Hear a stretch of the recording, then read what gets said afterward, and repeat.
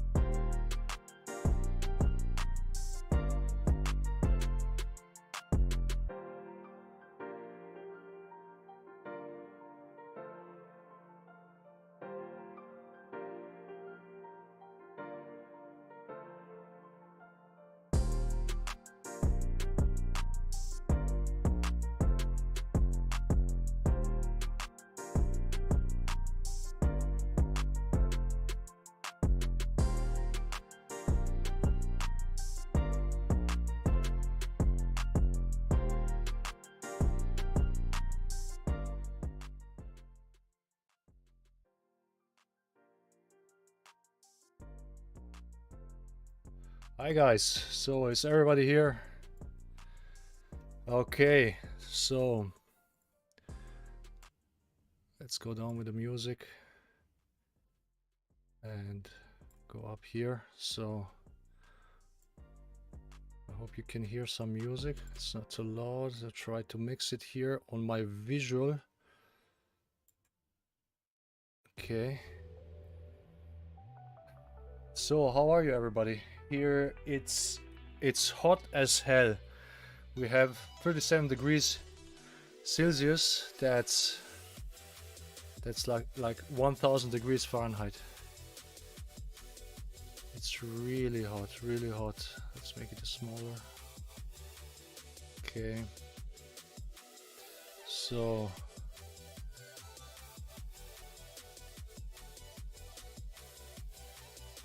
okay. That's too loud, right? Music in background is too loud, and so that's for my sound. Hi Axel, how are you? Tell me how the sound is. Is it sound okay? It's nothing too loud. Is music not too loud? Anything? So how did you like the stream last time with Tommy? So we had Tommy here. I can play copyright music, because if I would play copyright music, then you know, there's no monetization on the video, so that's why we won't do it. Nice. Okay. So let's see people popping in. I wanna do the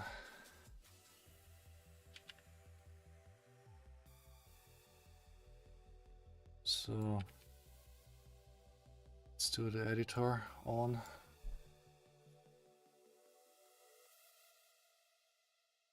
Or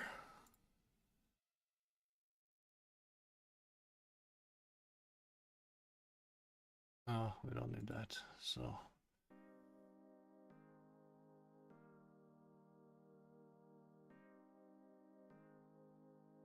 could you understand anything Tommy said? Because I mean, it was pretty okay, the sound, I would say, and he was also understandable. So I would say people could understand him and his accent and everything. And even if you don't understand him, you can rewatch this multiple times, no problem. So you can watch that again. Yeah, that's pretty easy. So what I wanted to start today is with because you know, you can hear often people say, especially under my videos, sometimes you can hear them say Jeet Kune Do is incomplete, and well, if Bruce didn't die, he would have completed it further. And so what we're gonna look at is what Jeet Kune Do actually contains, right? And what could you add to it, or does it make any sense to add anything? So that's my idea. What I want to do today. And we're gonna start with hand techniques, then we're gonna move to leg techniques, and then grappling ideas, and we're gonna see what is JKD missing, or what it's not missing. Hi Brian, Axel is there, and hi Daka as well. Nice. It's nice that you could understand him. That's good. That's good. So okay, let's switch this. So I'm all white in my face because of my white monitor that is here. That's the white monitor. So let's write this down like okay, Okay, so it's a bit so. Jeet Kune Do is incomplete. Question mark. Okay.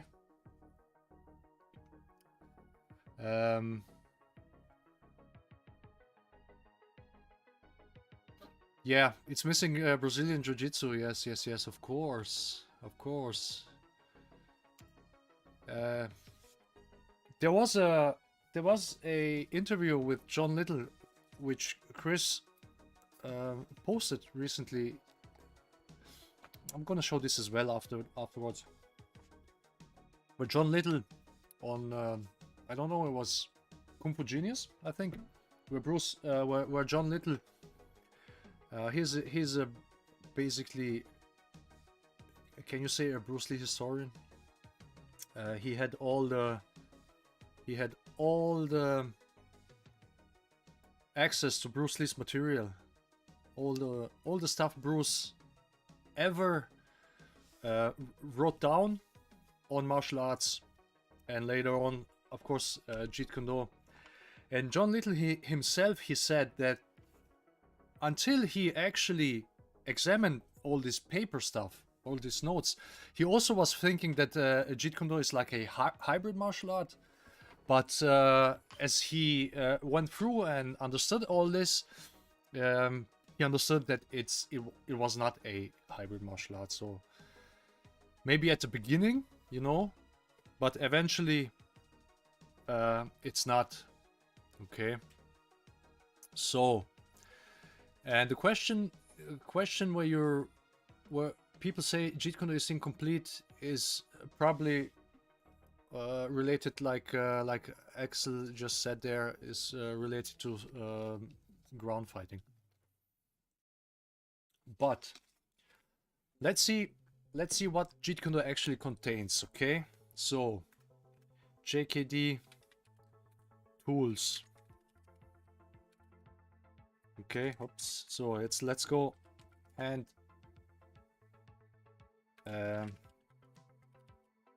hand techniques.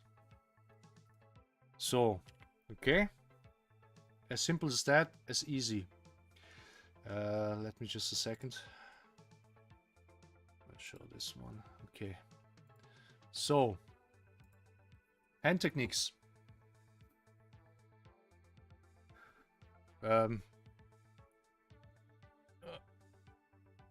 Like this, you can see everything. So hand techniques. What do we have in hand techniques? Of course, right? Eye jabs, finger jabs, whatever. So you have eye jabs. So most of martial arts, especially sport-related martial arts, don't contain this tactic. Yeah. So no eye jabs. That's the first thing that other martial arts lack, or they are limited at. So having no eye jabs, not attacking eyes, and that's gonna be important later on in this video, because this thing is a game changer. Okay. So then what do we have? Straights.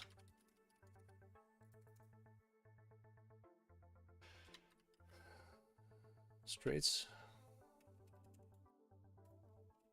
So always, okay, let's go here. Left and right. Here also. Left and right. Okay. So what do we have next? So we have straights. You could technically say that a back fist is a straight punch, but back fist could also be a shorter punch. So back fist. So also here, left and right. Okay. So then we have, of course, hooks. Okay. Also here, left and right. So we have basically, you have here everything. You have eye jab or eye jabs. Then you have straight punches. Okay. Then you have back fists. And then you have hooks. both hands, okay, left and right. So you use it with your right, you use it with your left hand. However, what's to which hand the target is the closest, okay? So if you have one opponent, the opponent is going to be in front of you. So usually most of the time, your right side is going to be closer to the target. So you're going to use most of the time your right side or your strong side. If you're left-handed, your left. Okay. So, and for all these techniques, okay, eye jab, straight punches, back fist, hooks, okay, we have all footworks, okay, distances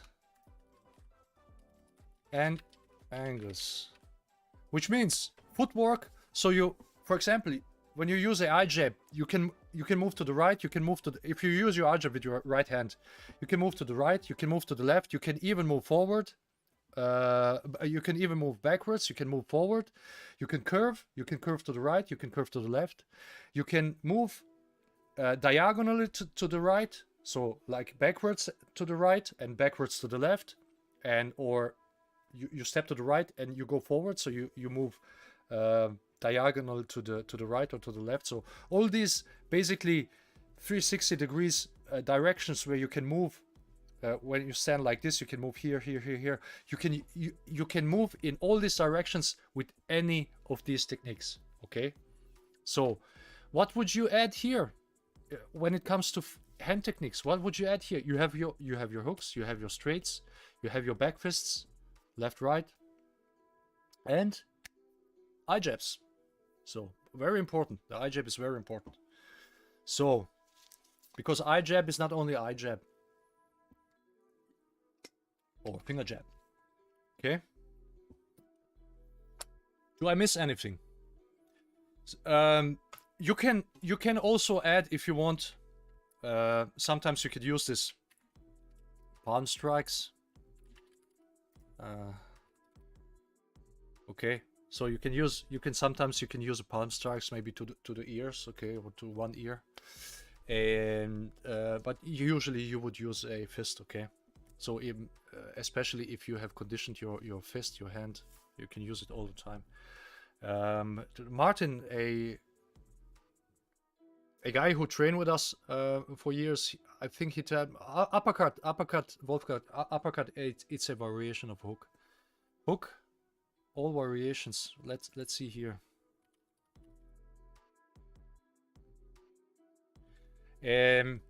So when you he said, I think he said that Tommy used to do hand conditioning to the point where he could break open a coconut with his fist, with his punch. So, I mean, if you have this kind of fist, you don't have to worry breaking your hand. So, okay. So remember, hooks are all variations. Okay, so it could be uppercuts, a normal hook. Okay, so all these angles where you go backwards. So all these angles where you can hook from down to up, or even from up to down, depending on how the opponent is placed. All footwork, like I said, and all distances that make sense for the technique. So there's also a long range hook where the body mechanics is actually the same as straight lead, and that's the only hook where the hip comes last, because usually when you hook punch, you turn the body and the hand follows, but that's the only hook where's the exception, the long range hook. Yeah, and all the different angles. Okay, so uppercut or shovel hook or uppercut, yeah, the two different hooks. And so palm strikes. Palm strike is actually like opposite of the back fist. You know, back fist is here, palm strike would be here. Or hook is opposite of the back fist. You can combine hook and back fist. You can hook and then back fist, or vice versa. If the guy goes like under the hook, you can back fist him immediately. So leg techniques. So what do we have leg techniques? So, okay, so we have straight kick, front straight kick.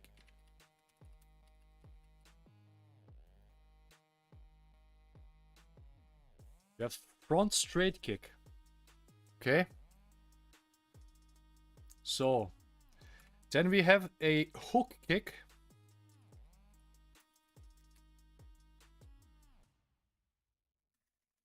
If I could type.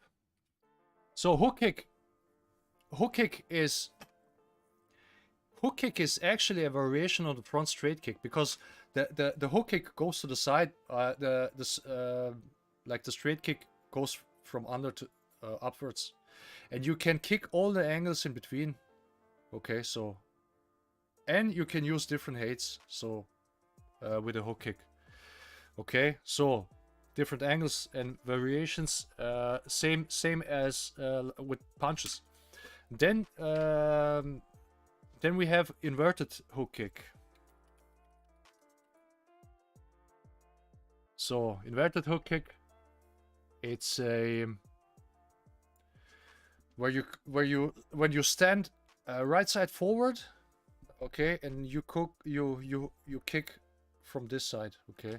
You turn your leg and you kick to the right, to the outside. Okay, inverted hook kick. You can use this kick to the groin, mostly to the groin, but sometimes you can actually kick high to the head. Tommy did this kick in his underground video. He did that kick to the, I think he won. She held the pad high and he kicked with a hook kick.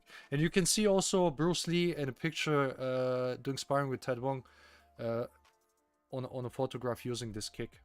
Okay. Okay, so then we have side kicks. Okay. Side kick. Okay, so side kick, you have also a lot of variations. So you can kick from the ankle to the ankle, you can kick to the head.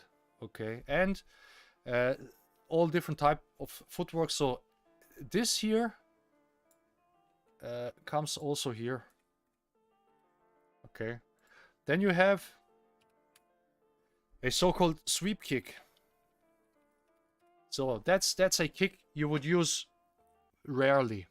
So because many other kicks are more direct and more, let's say, efficient in using them, but sometimes you can use the sweep kick also here to the groin or to the head. And the sweep kick is like opposite of the hook kick. So sweep kick goes to this side, where your front leg hook kick would go to the other side. Front straight kick, hook kick, inverted hook kick, side kick, sweep kick. So, and all variations in length, angles, and footwork. So for all these kicks also, you can move in any direction. Using sweep kick, you can move left, right, front, backwards, and also all in between. And curving also as well. So, and both legs, okay? So you can, all these kicks you can use with your front leg, but you can also use with your rear leg. Okay, I forgot this one. Okay, same here, left and right. Same here, left and right. Same here, left and right. So, also here's the thing, you know, because when you're placed closer to your opponent, you would use this leg that's closer to the target. And when you have one opponent, or the opponent is to the right, you would use your right, and vice versa. Okay. So, hi John, good stuff. Thank you, thank you. Ah, guck mal, my daughter is here also. Hi Lada. She's watching. Throat chops. Oh yeah, you can. Exactly. I forget that one. Hand. Edge of the hand.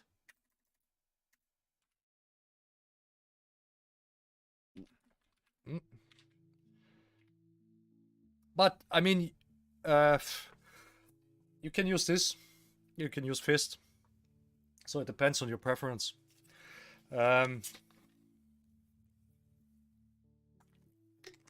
So, sorry guys.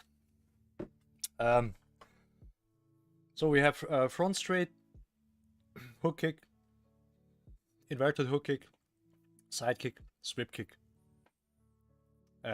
So also with the front kicks you have variations. So you can use it like a thrust, okay, where you kick with the heel, or you can kick to the groin. So there are also all kind of variations. So I can't, you know, write down here every single variation. That would be too much, okay. So we have like all kicks here. Would you need to add something from, let's say, Muay Thai? Muay Thai hook kick. We have hook kicks as well. You can use the hook kick to the with the front leg or with the rear leg. So yeah, technical application or body mechanics are different. And also what's different from Muay Thai is choosing the target. Okay, so that's the biggest difference. So do I need, when I train Jeet Kune Do, do I need Muay Thai? No, I don't need. The only reason I would need Muay Thai is if I don't actually know how to train Jeet Kune Do techniques and what these are, then I have no knowledge. Then I have to go to different martial art, to other martial art, and to take techniques from there, because I don't have the knowledge. Okay, so then we're gonna take so ground grappling.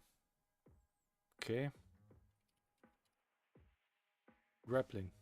So grappling, I'm gonna use this like, you're just gonna see like a broad term. So let's start with grappling. The most important with grappling, what do we have? So we have eye jabs. Eye jabs. That's why I said that eye jabs here are important. Okay, so I'm writing here small, and here here big letters, here small letters, so who cares. So eye jabs.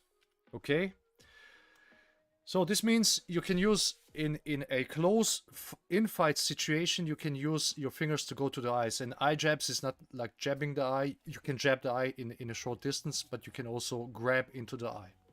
Okay, so but we're gonna let it down here like eye jabs, and then grabbing, eye grabbing. Oh no, let's go here. So into eyes, ears, groin, and all kind sensitive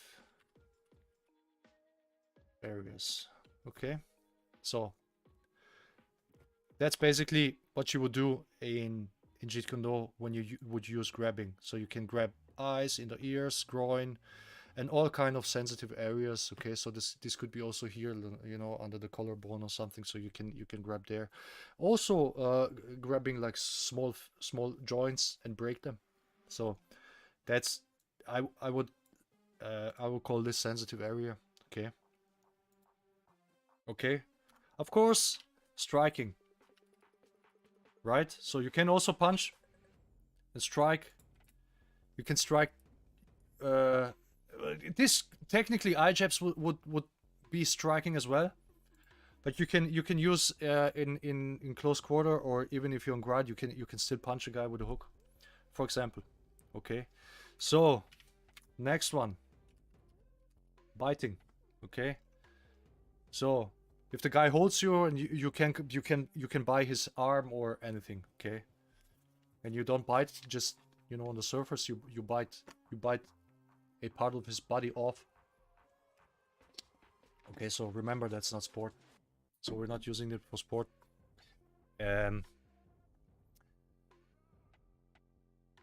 Okay, let's see guys, what you say. Flying kick as seen is in Game of Death. I mean,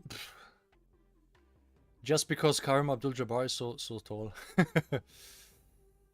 More, John Paul says most folk can't see inverted hook kick coming. Yes, that's true, because it you usually not only inverted hook kick, also the normal hook kick.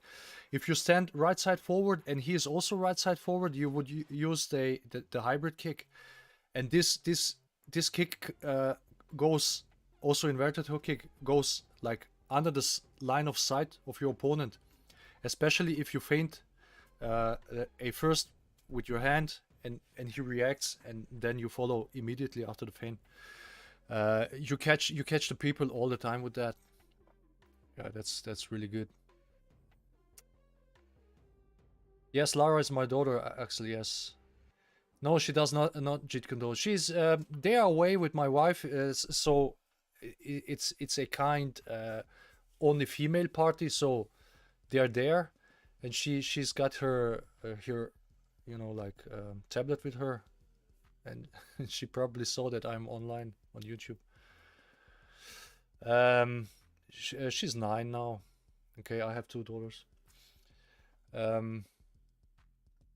So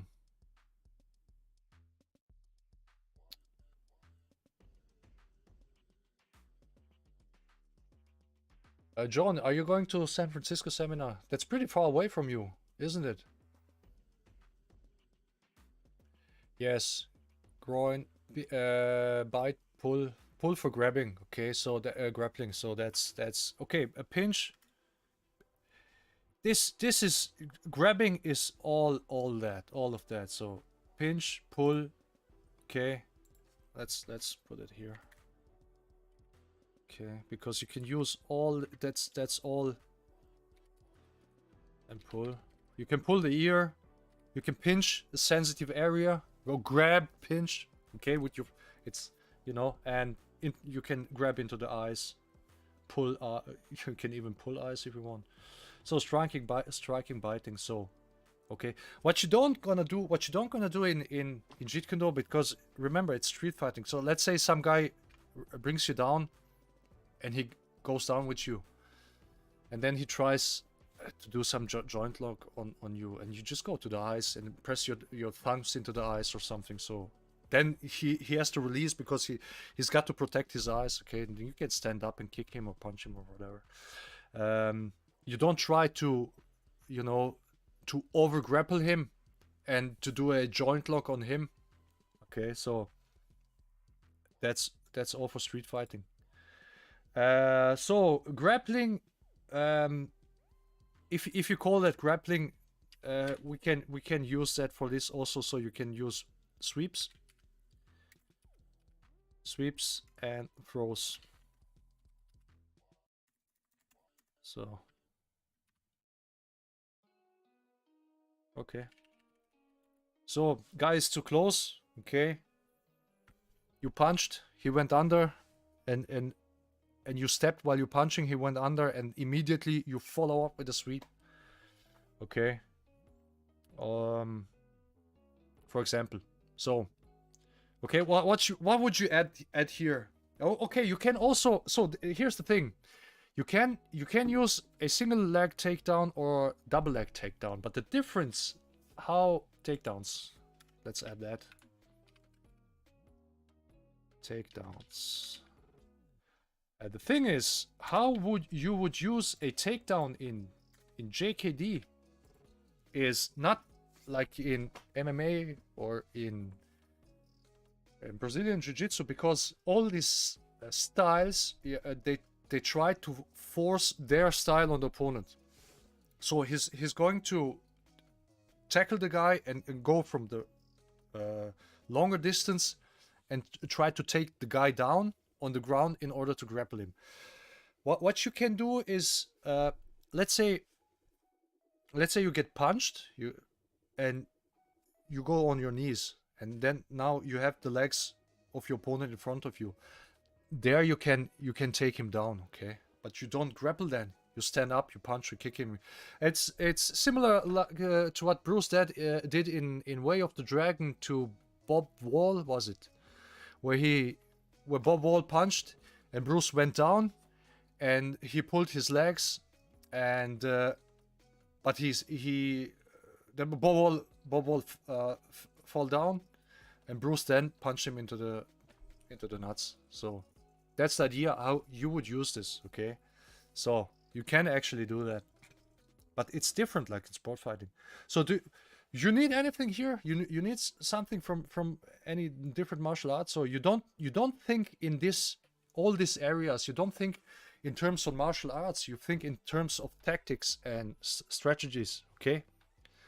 What tactic or what strategy do I need in certain distance? Okay.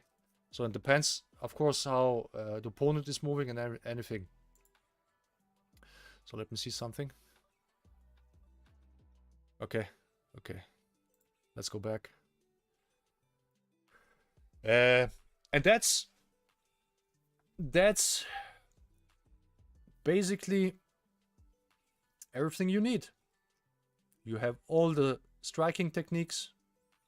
You have all the hand techniques. You have all the leg techniques with all variations, footwork, distances, and angles. Same here. And you have here for grappling your tactics and strategies how to defeat your opponent as fast as possible. Okay. I should actually put sweeps, throws, and takedowns to the top here. So let's go here. Because if you remember what Tommy was talking about, a progressive weapon chart, okay? Usually you would start with this, okay?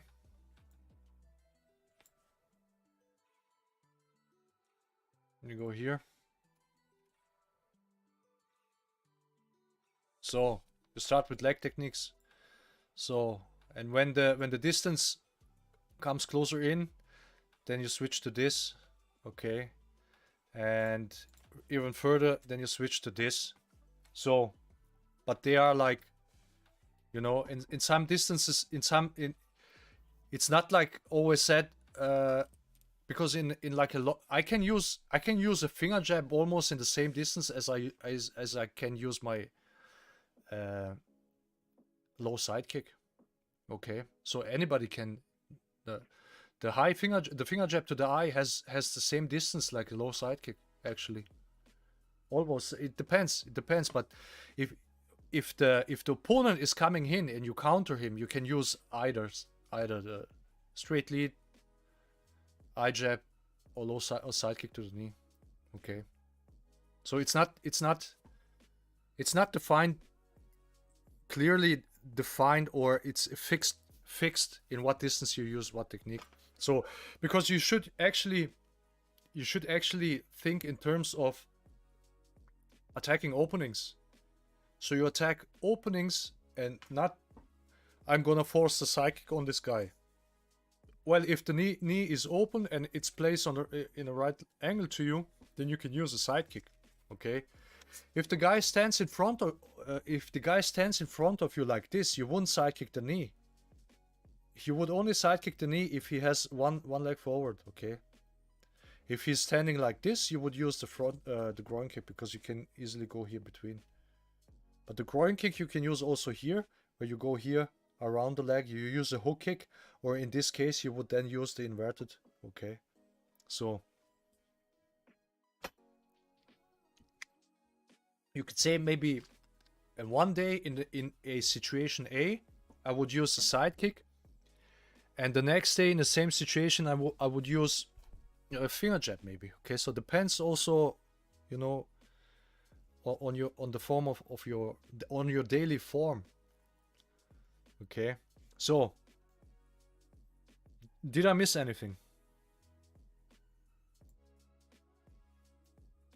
So most of these things here in grappling you cannot use in any sport, but they are very, very effective. Very, very effective. And eye jab is a game changer, because when you would invent the eye jab in any kind of tournament, which means that people eventually, at the beginning, probably nothing would change because they are trained the way they are trained. But eventually a guy would conclude that the eye jab, he can counter everything with this eye jab, and he would just use it, and he would be so successful with this that eventually other would have to adapt, and they would also start using this tactics. And then nobody would want to grapple anymore. So Modicious more elbows, yes, elbows. Excellent, excellent, excellent. So you use elbows mostly to the side and back, sometimes to the front. Okay.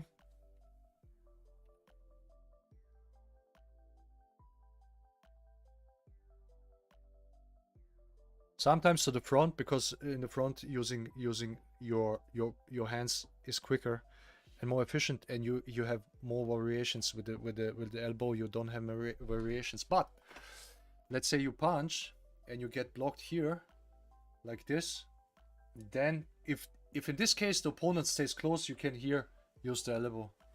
That's the case. That's one case where you would use elbow to the front. Rooney Wong, hi Rooney. Calf kick. What is a calf kick?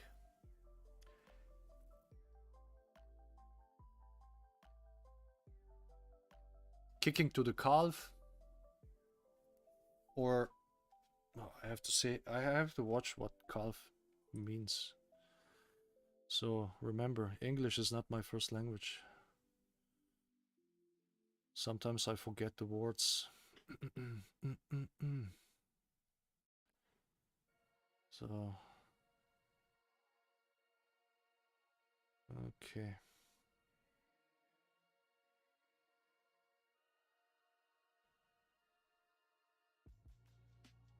Calf.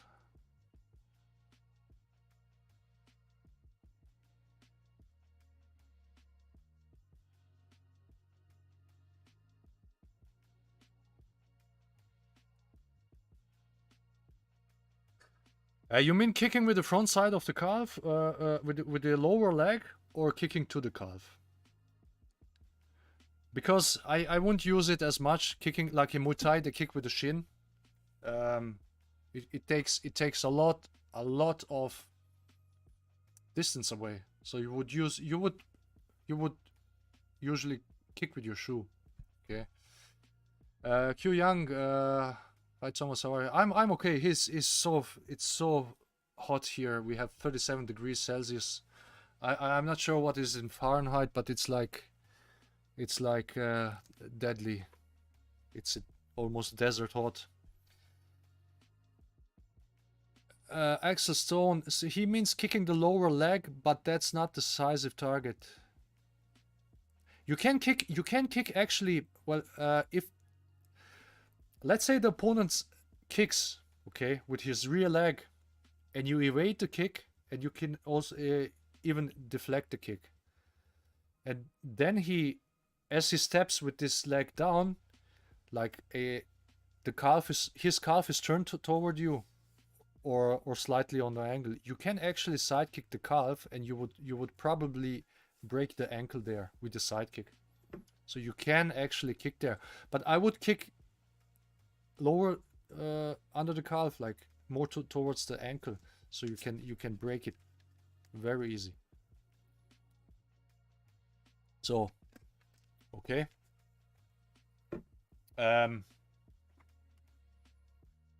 So these are our tools. Like I didn't write every variation, but like overview. Okay. So elbows mostly to the side and to the back. Sometimes there are situations where you can use it in front, where you couldn't use your fist, okay, because it's deflected. Then you would use the elbow. But the most martial arts that use elbows, they are going for the elbow. So like, here's the target, and they're going, instead of eye jabbing or using the fist, they just ignore this tools, and then they go here with the elbow.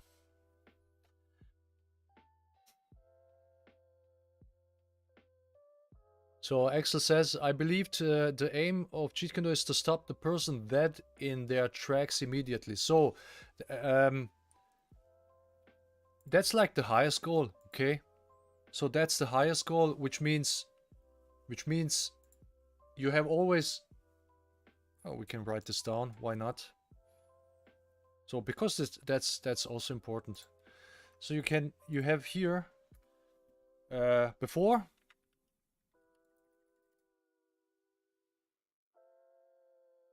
during, after. Okay, remember Tommy was talking about this as well. So you have go there. So you have here this, okay, before, during, after. So how you can use a sidekick. Let's say let's take a sidekick as example. You have the guy in front of you, and he just made up to attack you. So, but you are holding the distance. So if he wants something to you from you, or he wants to kick you, to punch you, whatever, he has to close the distance. So that's, you know, as long he can't teleport, he has to make the step. And as he does the step, you immediately you sidekick into this weight shift, and you sidekick into the step. That would be here before, okay? So let's say he wanted to kick you, and you just kick into his initial move and intercept him, okay? That's the highest goal. You just stop him, okay? And then you have during. So it can be that the guy wants to punch you, and he punches you, and you evade, and you kick at the same time, but his punch is already full outside, okay? When you countered him. So that will be actually during, okay? Because it's also kind of interception, but it's a late interception, so it's during it happened during the opponent's attack.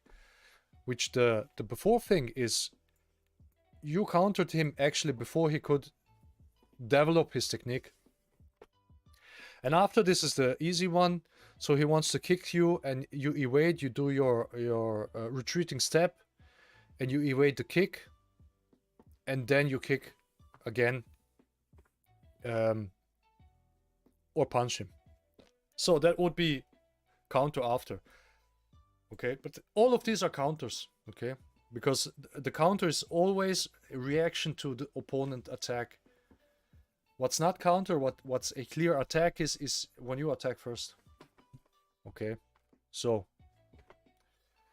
okay, so this is the most difficult to learn, because you have to have very good awareness, and you have to be able to look for the clues, okay? What opponent does and when you would attack. And this is usually what's used in most other martial arts.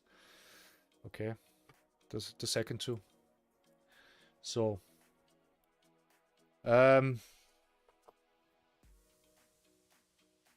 Walter Evans, Octavio and Dan Look were teaching it as part of something very complex, not simple. Like you stun with a calf kick to bring the hand forward as a target, but why not finish in one? Yeah. Yes.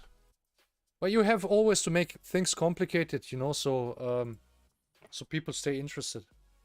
You have to invent new techniques, new strategies, tactics, to make you know, to make people come back to training or pay money or whatever. Because I could show you a whole Jeet Kune Do probably in almost in a few days, you know. But what we have are different drills. So all these drills that we have, which you can also develop yourself, you can, you know, depending on, let's say you have a student that doesn't catch pretty well up with the training and has some difficulties. And let's say you have a drill where you teach him to sidekick, okay, and then he has problems with execution of the sidekick. then you have to figure out with what does he have a problem. Does he have a problem with stepping in or turning the hip in the right moment, or using the leg? And when you see what his problem is, you can develop a drill or take a drill that already focuses on this, to work on this single thing, so his sidekick gets better. Okay, so that's what you would do. You can use endless drills to make your student better and to make your student execute his counters better, move better, and everything. His footwork, his punching, kicking, eye jabs, doesn't matter. So okay guys, if you have some questions, yeah, you can ask questions. I'm just gonna watch for something just for a moment so we can find this. Maybe. Okay.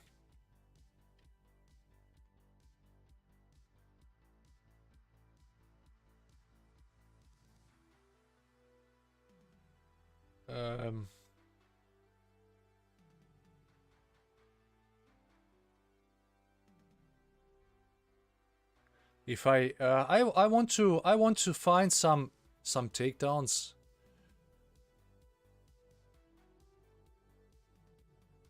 Oh, what is this? CCTV captures a moment before man kills a friend with a single punch. Okay, let's watch that. Let's watch that. So I'm gonna make it small, so because of, you know, copyright stuff and anything. So okay.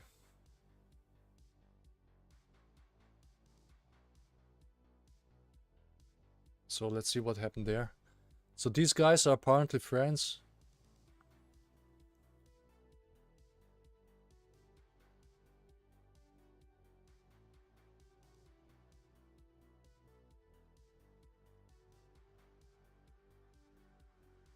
What?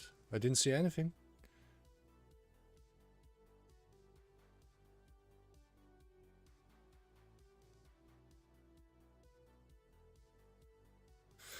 Ah, that's stupid. We just wasted time, guys. We just wasted time. And nothing happened there. So, okay. Okay. Oh, that's seems nice. Let's watch that one.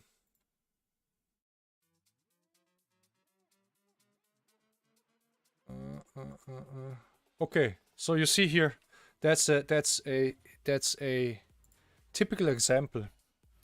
So I'm not gonna make it too big because also copyright stuff. So you see here, he's jumping. Look the distance, how far away he is, and now he's jumping in, and he's going for the takedown, and he did catch the leg here, but you see the other guy has both hands free, so both hands are free. He could easily go and attack here. So he is now grabbing his belly, but he should actually go to the eyes immediately. But of course, you're not allowed. So, and this guy who tackled, if he knows that as soon he comes in, his eyes is going to get attacked, and that this tactic would look how long it is take to do anything. Okay, so here's same. Look, I have posted a video. I have posted a short clip. It's a cutout of my YouTube video where I explain when guys try to tackle you, you can do a fast retreating step like a fencers do. Okay, where you move your front leg first and then back leg after that, and you shift backwards away from the technique. You can evade a sword attack with that, or side kick, and you can read in the comment section all the time people coming in. Well, nobody would tackle from this distance. Well, you have it right here. They are tackling. Look from what distance he is tackling here. Look, this is not even kicking distance. Look, now He's stepping in, and the other guy, because the other guy has no idea how to use the footwork, and he does, because if you expect tackle, you would, I mean, in Jeet Kune Do, you're always positioned like, so you can use your footwork. And you see how his legs are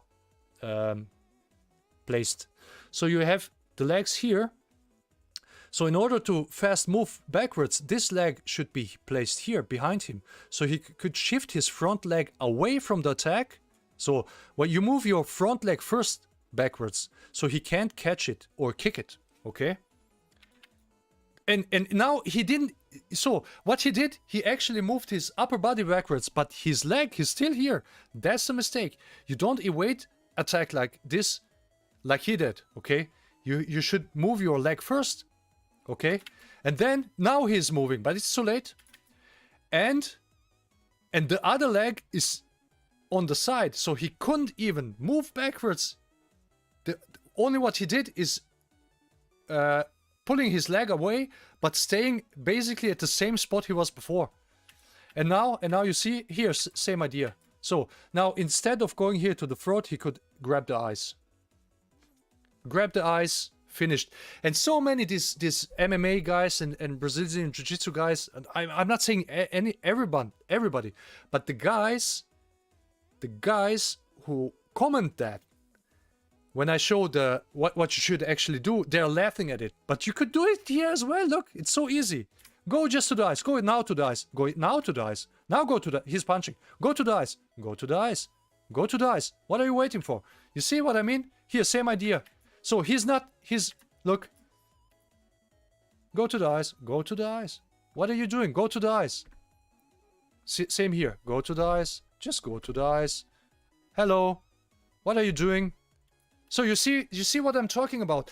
I'm just laughing at these guys that they have no common sense at all. It's impossible to me to understand. How can anybody be so ignorant? Oh, these guys, they're tackling so fast you can't get away from it. But what are you talking about?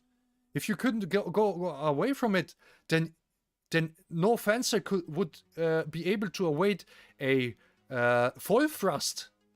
You have to have a footwork, then you know how to evade this. But these guys don't have a footwork. They're not trained like this. Yeah, so it's typically MMA attack. Yeah, of course, absolutely it is. So it does it all the time. And what happens? So now here, yeah, go to the eyes. Here are the eyes. Come on, let's go. No, of course, I'm not allowed. So it looks like the same technique all same footage all over. So let's see the distance here. Okay. So I just want to see the distance before the tackle. So here they are already kissing each other, so he could easily go to the eyes. Okay. Here also. It's just, this is, you know, to me, this is a bar fight where two guys are fighting who never did any martial art. So here's close. Now he's going down, and now go to the eyes. Just go to the eyes. What are you waiting for? Go to the eyes.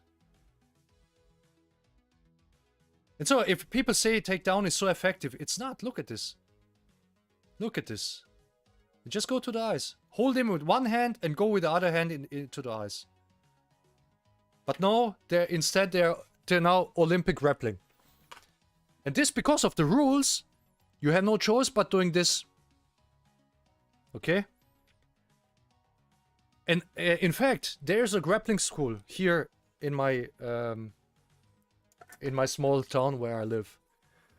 And I know the guy because he was on Tommy's 1 or 2 seminars that I did host. And this is one of the few guys who are actually grapplers, and they acknowledge what I say. And he says, Jeet Kune Do is perfect for street fighting. Absolutely. But there are some, they know that, and then there are others, they are just totally blinded by the style. Okay, so that's typical here also. Oh, no grappler would tackle from this distance. Look at this distance. So, and also here you can see the leg. The one leg is here, and the other leg is like diagonal to the opponent. So you can't even await. If you stand like this, you can't await any fast attack. That's how these guys don't do this.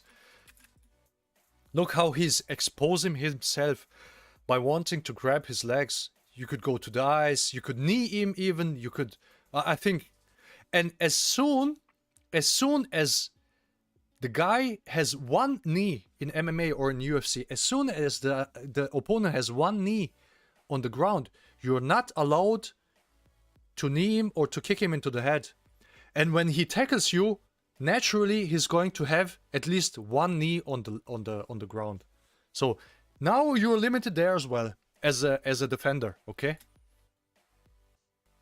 So same stuff here. Jumping in from kicking distance. Look at this. This is kicking distance. If he would use his right leg to kick to the face, even he would have to step probably with his front leg. But now, look. And this guy is just standing. He's not even evading. And now he go to the eyes. Again, go to the eyes. What are you waiting for? Now go to the eyes. These punches, they're so bad in punching. Look, this. And because they can't counter grappling with its natural counters, which would be attack in the eyes, because the opponent exposes his head in front of you, you can easily attack the eyes. You have to deal with this nonsense. That's the reason I would never train MMA, because the amount of limitation there is crazy, and I would never train techniques. And you in order to deal with this in MMA, you have to train in bad habits instead of going to eyes, doing something else. And then in a serious street confrontation, you would do exactly the same. Like they say, well, the MMA fighters or grappling fighters, they can also attack the eyes. Yes, they can, theoretically. But practically, they never done it. They would use what they have practiced thousands of times, and they would do exactly this. And that's how they, when they have multiple opponents, it happens that they get punched and kicked and almost killed in the street, like these guys in Brazil in that gas station, which you can actually find a video on YouTube. Okay, let's read some stuff you wrote, guys.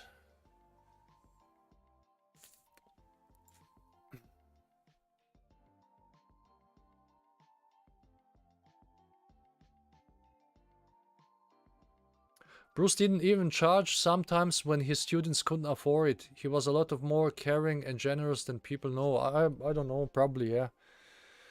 I think Jesse said to Tommy that Bruce mostly didn't even teach the people.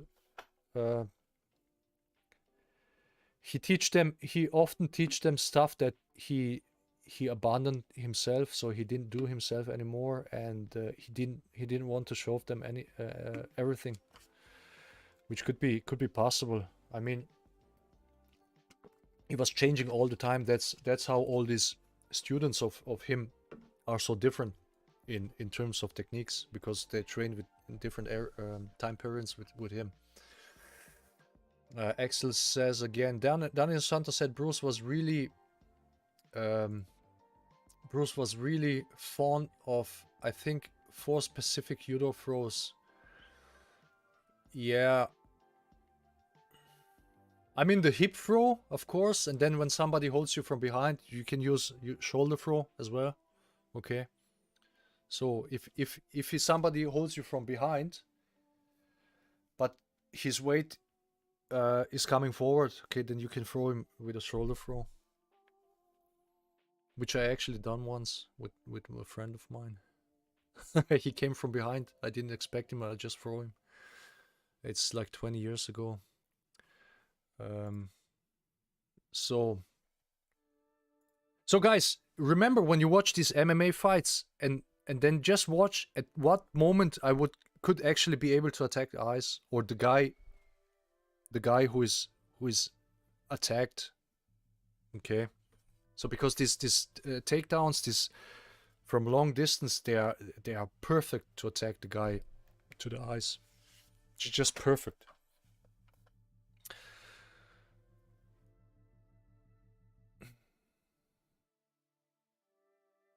Thomas, I thought a suggestion to explore here. Remember, Tommy was talking about the progressive weapon chart, and he talked about it establishing the order of battle.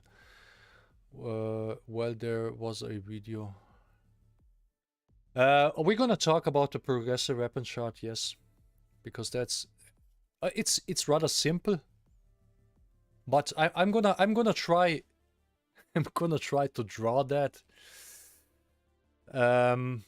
Axel, all these fighters fight the same footwork, same movement, same ammunition. Yeah, that's the funny thing. They also, the concepts guys, they always say a Jeet Kune Do is evolution, but I don't see any kind of evolution in Jeet Kune Do concepts because they train the same drills since 500 years, you know. Same trapping drills, same kicking drills, same punching drills, and then same MMA stuff. There's no progression. How can I do things quicker? How can I get more direct? How can I end the fight quicker? How can I attack vulnerable targets more direct? How can I use angles? How can I use distance to my advantage, or broken rhythm or anything? There's no thing like this. That's just multiple martial arts. That's the progression. Training different martial arts. Now, what's the progression in 10 years? Taking, I don't know, full contact karate in or something. Nick 777, hi Nick. That's common attack in MMA, yes. That's what I remember when I was talking to Tommy like 10 years ago about UFC, early UFCs, and when Royces came in and they beat up all these fighters. And there's a story that actually the opponents in the first UFCs were handpicked by Gracies. So they picked actually the opponents. I don't know if that's true, but I think you can read in the internet about this, that they actually picked opponents.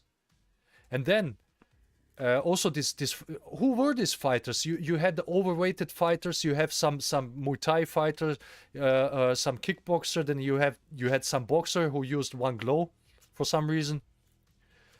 And then you had a like a bodybuilder, then you had this sumo ringer, Japanese sumo ringer. And I think the idea, the UFC, the early UFCs were actually marketing idea of Royce's. So they handpicked the different fighters for different styles to beat them up, and then they could see our style is the best one. But this is bullshit.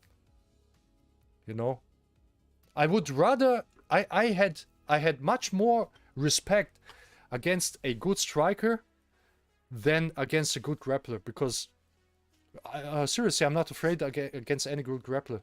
I would attack their arse so quickly they wouldn't even see it coming. But a good kicker and good puncher, I would have much more respect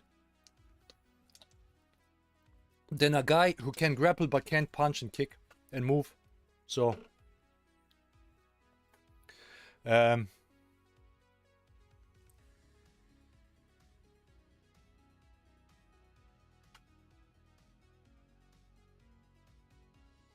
this attack can be common in the street, yes. Tackling can be common in the street if the other guy is really stupid.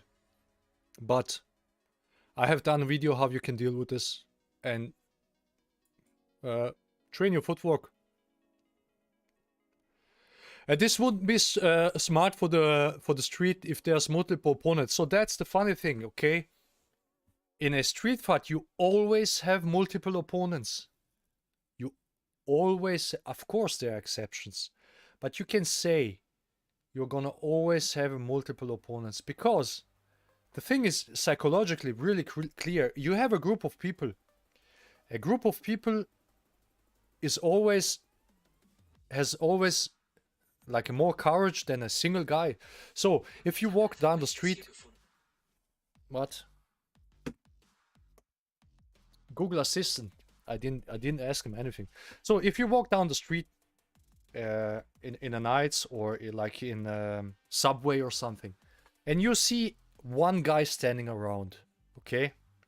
So this guy is, even if this guy would make trouble when he is with his friends, but when he's alone there, he's probably not going to make any trouble, okay? Because he's alone.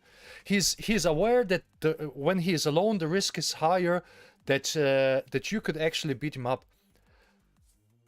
If there are two guys, but three guys and more, you can expect idiots to do some stupid stuff, okay? You can always see a group of people when you're walking by, like even 10, 20 or even more yards away, they start to shouting at you like or something, okay? So because everybody did make experience like that. But if there's only a single guy, he's not going to do anything provocative like this unless he's drunk or something, okay? So, and the next stage is actually attacking you, which some students of mine or friends of mine actually experienced. It's always multiple guys who are making trouble. So you don't want to tackle the first guy who is attacking you. You want to tackle him and bring him on the ground and try this stuff. And you want to try this stuff. And his other 2 or 3 friends are standing around. This is insane. And so you spend so much time training this instead of training things that would actually work against multiple opponents. That doesn't make any sense. That's why. Okay, that's why you don't need to complete Jeet Kune Do with the nonsense that is this here for the street. Okay, so.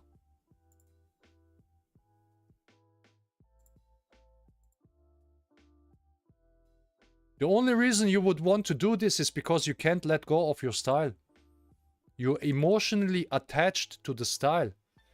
If you're emotionally attached to the style, you're not going to develop yourself. Never. Okay? And that's what Bruce never was. He wasn't emotionally attached to Wing Chun. He wasn't emotionally attached to anything what he did later on. If he found out that something works better than in the situation than other thing that was actually meant to work in the same situation, he would throw it away because he's not emotionally attached to this technique or to the style. So don't be emotionally attached to anything. Just throw it away if you find better way to do it.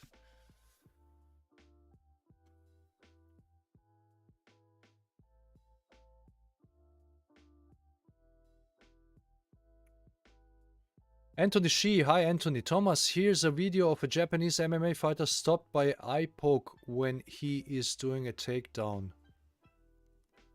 Anthony, you can't post any links here. If you just write me down what the title of the video is, then I'm gonna search for it in YouTube. Okay, just write the title of the video down. Okay. Nick777, Jack, yes, you should always assume that your opponent probably has at least one friend. Absolutely. Or he's got a weapon, so he can have a knife in his small knife in his hand, hidden, so you don't see it. So you don't want to even let him coming close in. Oh, and speaking of progressive weapon chart, so the first contact to your opponent is probably going to be a kick, possibly a side kick to the knee when he's stepping in. So the largest possible distance you can maintain between you and yourself. Doesn't matter your size, so the largest possible distance you can maintain. Okay, so I can maintain bigger distance than a smaller guy, but the largest possible distance you can maintain. Yes, Exostone, don't think links show. Yes, there are, like I said, Anthony, so you can't post any links here. Just type the name of the title of the video. Type it in manually, and I'm gonna search for it. Bruce Lee style of Chinese Kung Fu. Hello, hello. Hello, Bruce Lee style of Chinese Kung Fu. John Paul Daly, brainwash, absolutely. I always say, the moment you walk into a school, into a dojo, the brainwashing starts. Axel Stone, I laugh when people talk about how fast some MMA guys. Yes, they are fast. They are not. And I haven't seen any MMA guy that actually impressed me with speed. Because they spend so much time with grappling, you know, and that time they could actually spend with getting a footwork better, increasing speed in striking. It just lost. That time is lost.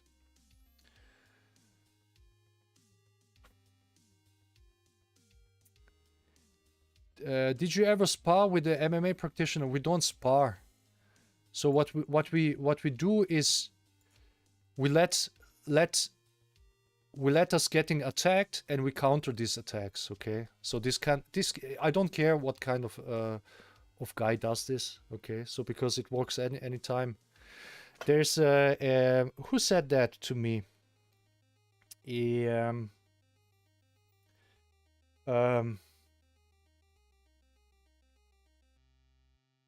Was it somebody I know? I'm not sure, but somebody went actually to a MMA school and started MMA training. And he was using sidekicks to the knee to stop the guys all the time, and they were practically how you say I have to look for this word just in a second. They were desperate because they couldn't know how to deal against this kind of attack. They couldn't get it, and that's what I tell you.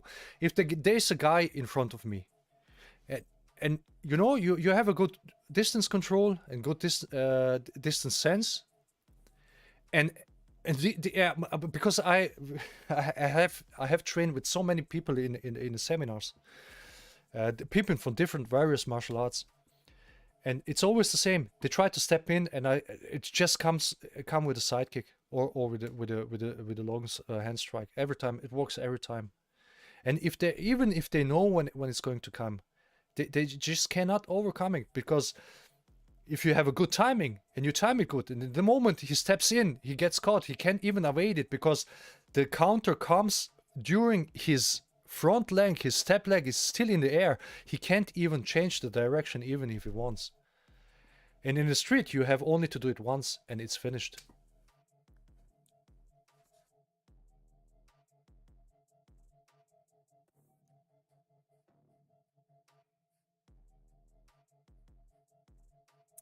Denial is strong. Yes, absolutely. No experience. Jack, I sparred a person who knew MMA and they love Muay Thai kicks and leg takedowns. They're changing what works to what can be used in the sport. Yes, because you're only allowed to do tactics that are within the rules, and more and these rules actually favor certain tactics or techniques. So grappling, usually it's grappling. Okay.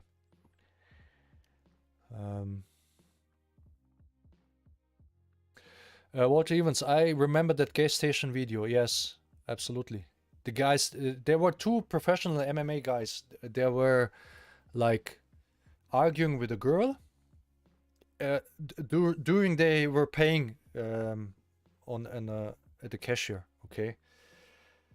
I have done a video about that, and the girl, she went outside, and she told that to her friends, and then she got like, I don't know, 2, 3, 5 male friends with her in the car, and they came then back to the gas station, and those two MMA guys and those two Brazilian MMA guys were actually professional MMA fighters. Okay, so they trained and got paid for that. Okay, so that's a professional fighter. And I did a breakdown of that video and all the mistakes they did. And at the end of the day, they just crushed by these guys who were actually non-martial artists, and they were also kicked and punched into the coma, I think. So because they were not prepared for the situation like this, because that's a totally different environment, and using. They were kicking and punching the other guys as well, but no knockouts, no nothing, because they kicked and punched they were used to, okay? So, but if you use finger jabs and groin kicks, you just end the person immediately, so you have one opponent less, okay? Why would anybody argue against that? It's in your favor when you have to defend yourself. Why would you use less effective techniques? I don't understand. Okay. So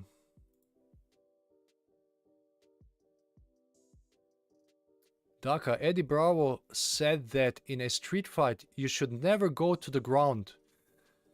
You should just punch and kick, just knock the guy out. He said it in Joe Rogan's podcast. I don't know who this is, but this is very wise conclusion. So, but just even if you have one opponent, you shouldn't go to the ground, okay? Because this one opponent may have a knife in his pocket, and while you try to grapple it, he takes his knife out and then he stabs you 20 times. Tommy Noble, hi Tommy. Sports is not really reality of combat, it's sports, yes. You can't believe how many people, because my Instagram account is growing so big, and all these guys who are commenting are mostly the guys who are negative on this. Because the guys who like actually the videos, they just pick the heart, okay? Like it, and they don't comment. They rarely comment. But the people who don't like it, they comment all the time. And you don't believe, you know, even the common sense videos, they're just so ignorant. Unbelievable. I mean, it's their fault. When they at one point get attacked in the street and they don't want to use eye jabs, I mean, it's their fault. Happy Father's Day, Mr. Marks from America. See you along. Thank you very much. Axel Stone, I think in his earlier days he let people train if they couldn't afford it. I don't know much about it later on. Yes, that's possible. That's possible, Axel. See you long. According to Bruce Lee's first students, he did not have students but training dummies to test on terrorists. Jesse Glover said that to Tommy. And you know what Ted Wong actually said to Tommy? Ted Wong said to Tommy, the most things he learned about Jeet Kune Do is by watching Bruce Lee moving, not actually by Bruce Lee teaching him, but by he watched Bruce, and that's how he learned. You can, if you're not, you know, like, totally stupid, you can learn a lot by doing this. But I could also, you know what, I could also imagine that because Bruce Lee was constantly experimenting with stuff, that he didn't want to teach people this until he's not 100% sure of it, you know? So, that could be also the reason. Guys, can you tell me if the background music is even loud enough for you? If it's too loud, I just made it a little bit louder because I have only here visual indicators of how loud this is. I don't hear the same what you hear.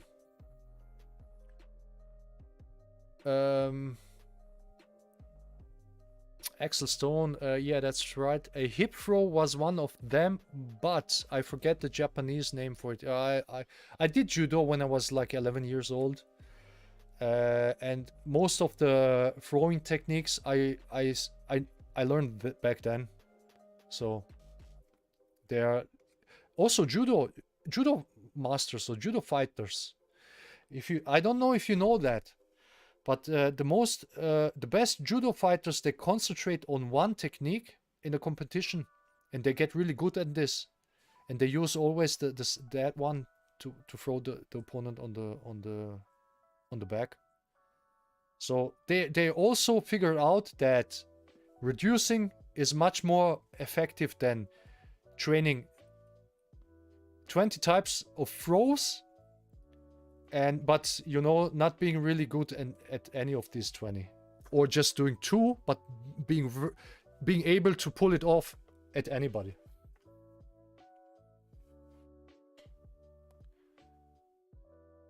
Ogoshi, yeah. I forgot all these judo names.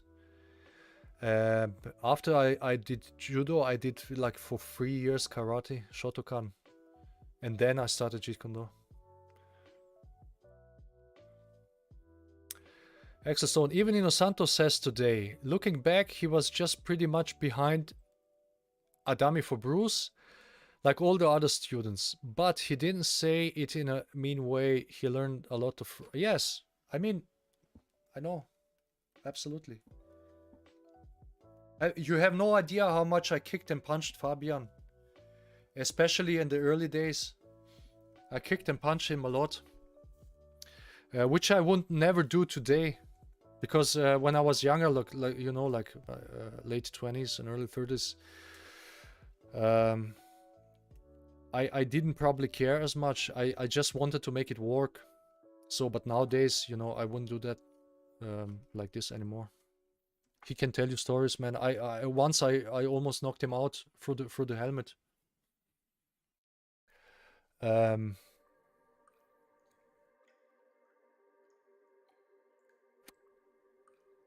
I think Eddie Bravo also said on Rogan he tried JKD back in the day. Don't know if it was original or not. It was probably not original. He pretty said he couldn't do it, so he went to did Brazilian Jiu-Jitsu. I mean, people like this, if they want to learn Jeet Kune Do, they should just come to me. Go to Tommy. He's going to teach you. And if you're not a totally lost talent, then you can learn that. You just have to empty your cup. It's really funny, but the scene from no retreat, no surrender is so true. So when you want to learn Jeet Kune Do, you should just empty your cup, which means forget everything what you have learned before in order to be able to learn this, because mechanically Jeet Kune Do is how do you say this word? I'm gonna translate it again.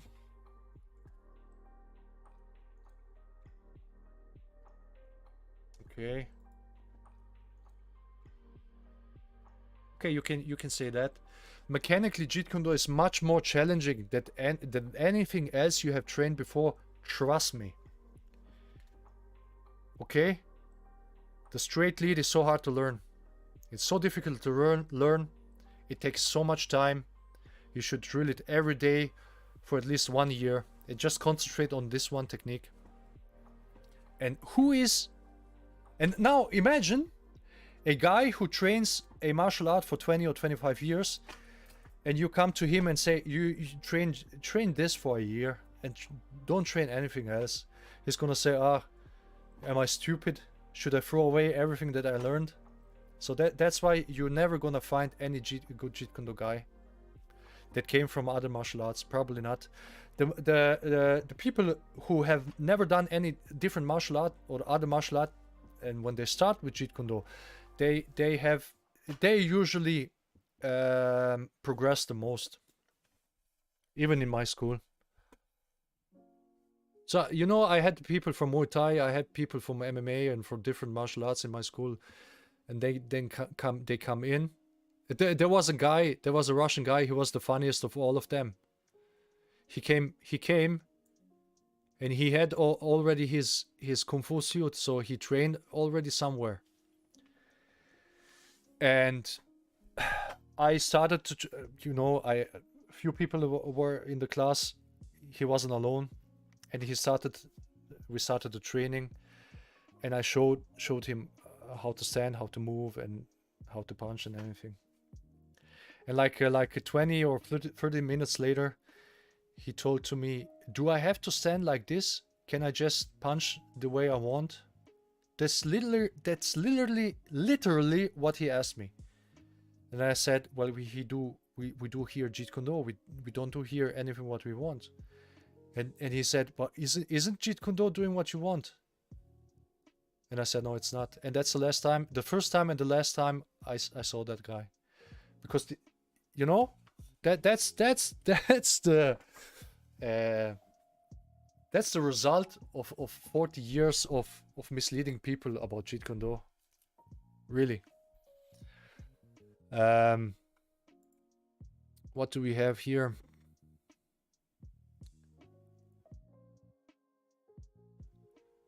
Walter even says the only evolution in concepts is to add more. Absolutely. That's absolutely true. Oh.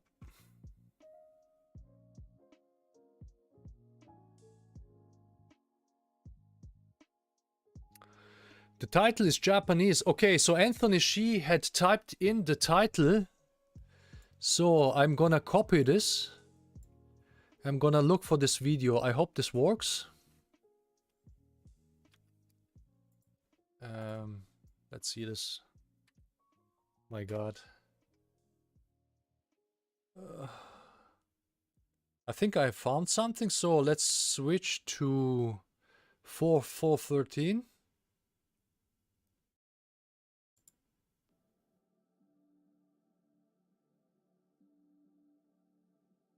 Looks.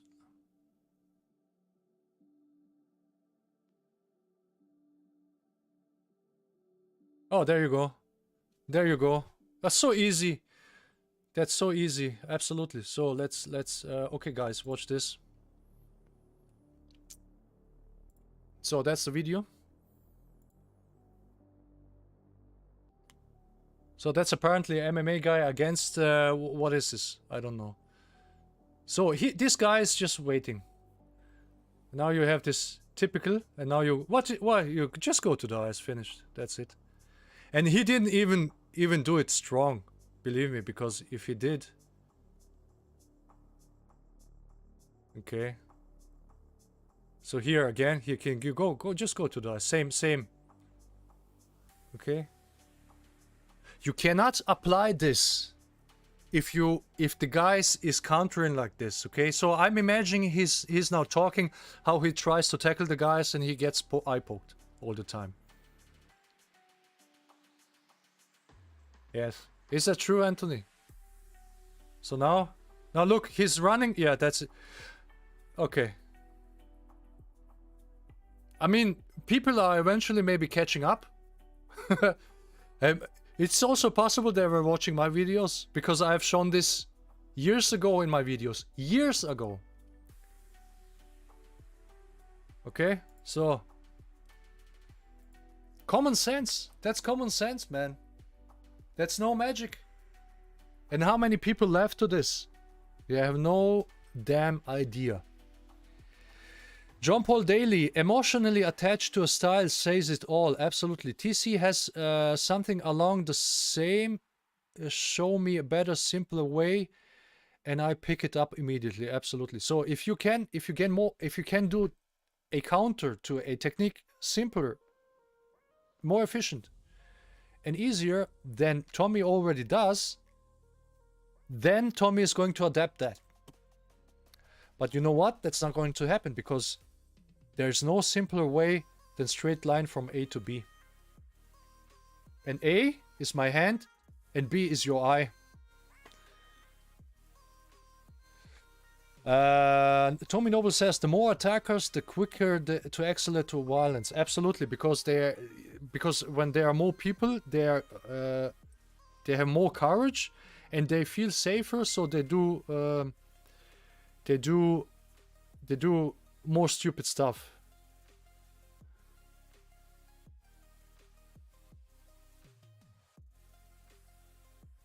Oh, that's a good one. I have to put something on stream. I'm gonna do this afterwards. That's gonna be the ending picture of the stream. Okay? Avimi. I'm gonna do that. So Bill Wallace said that Mr. Superfoot said it was fixed to promote Brazilian Jiu-Jitsu. Yes. UFCs, absolutely. You know, I mean, look at the fighters back then. Absolutely ridiculous. No trained people. That was they were no professionals.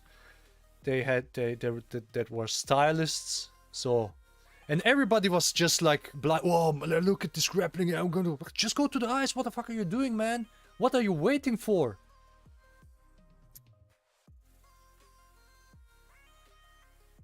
Unbelievable, man. Unbelievable.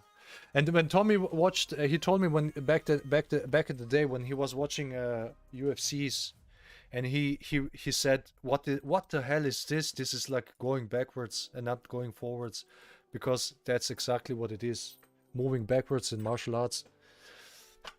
You know that what actually Bruce moved the martial arts forward, then came Brazilian Jiu-Jitsu, and it moved backwards, and now it's people are just blind. A friend of mine told me, it's actually a guy from Switzerland. He trained, he was a few times on Tommy's seminar in Glasgow, and he told me the story. I don't know where he had that story, but he was told by a guy who attended that seminar where this story happened. And this was a Brazilian Jiu-Jitsu seminar. And one of the Gracies conducted the seminar. They were the seminar who were teaching. Okay, I don't know if it was like which Gracie that was. It was like very well known brother of Royce. He's got multiple brothers. I don't know which one. And the story goes like this: he was demonstrating some kind of grappling technique on a female. And she got panicked, and she poked him pretty badly into the eye, and he had to let go, and he had to recover from a while. And that happened on that seminar. It was Brazilian Jiu-Jitsu seminar. So, Axel Stone, I guess nobody liked my joke. Which joke was it? Did I miss it?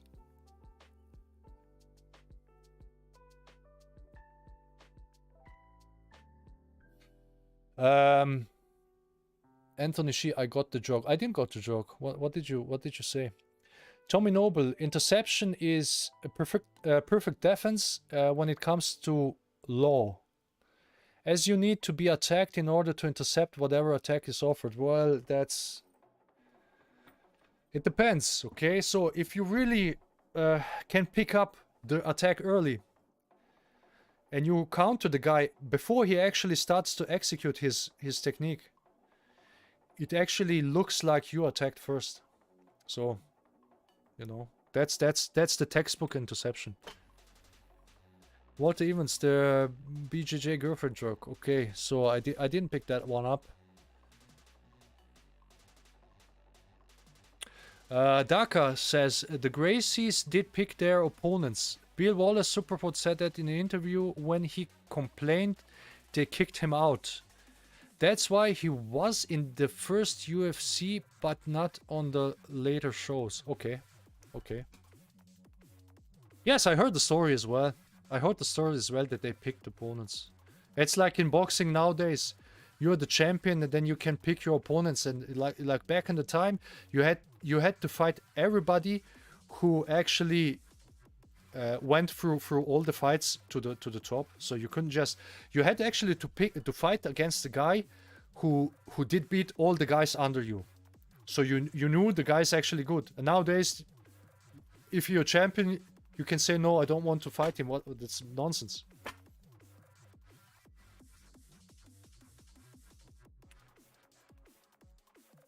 That's nonsense.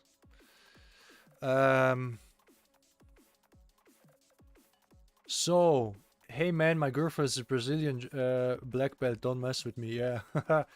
So now, your Brazilian Jiu-Jitsu black belt girlfriend has to defend yourself. Yeah.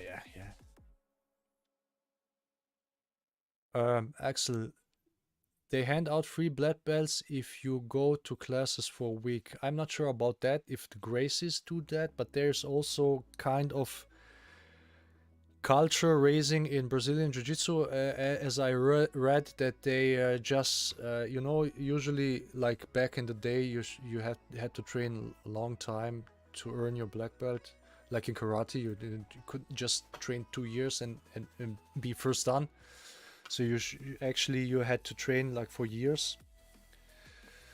But you know, money is where everything ends at the end.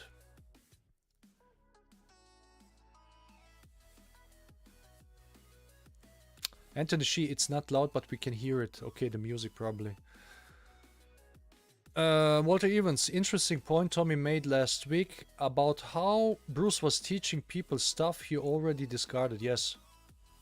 Because, you know, I mean, the people always ask, why did Bruce close his schools? So there could be multiple reasons why he closed his schools. So the one obvious reason would be he didn't make any money of these schools. Okay, so he started his movie career and then he said, well, I don't need these schools anymore.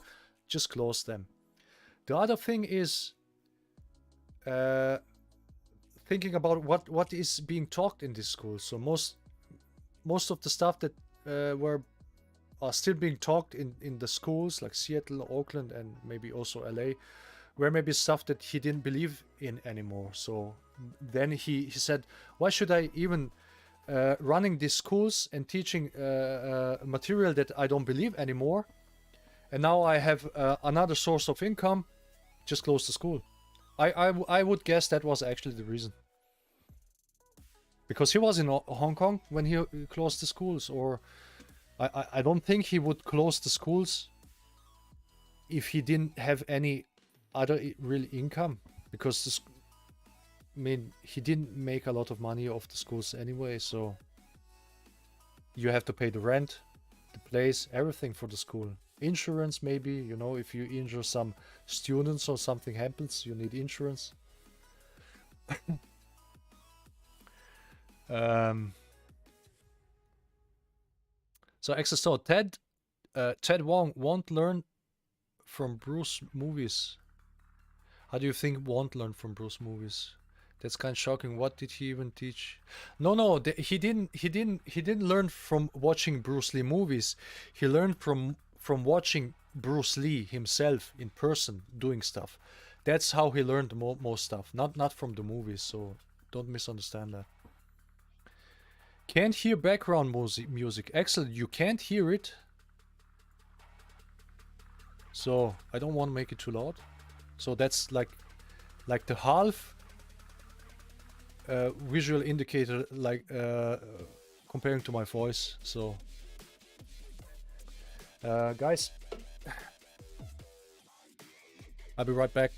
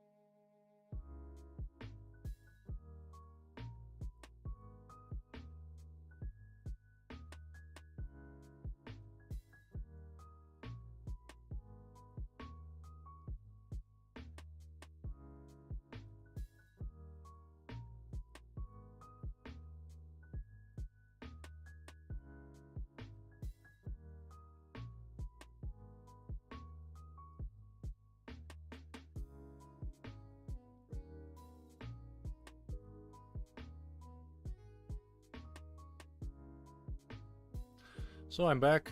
I need to grab some from drink. You have no idea how warm it is here. So,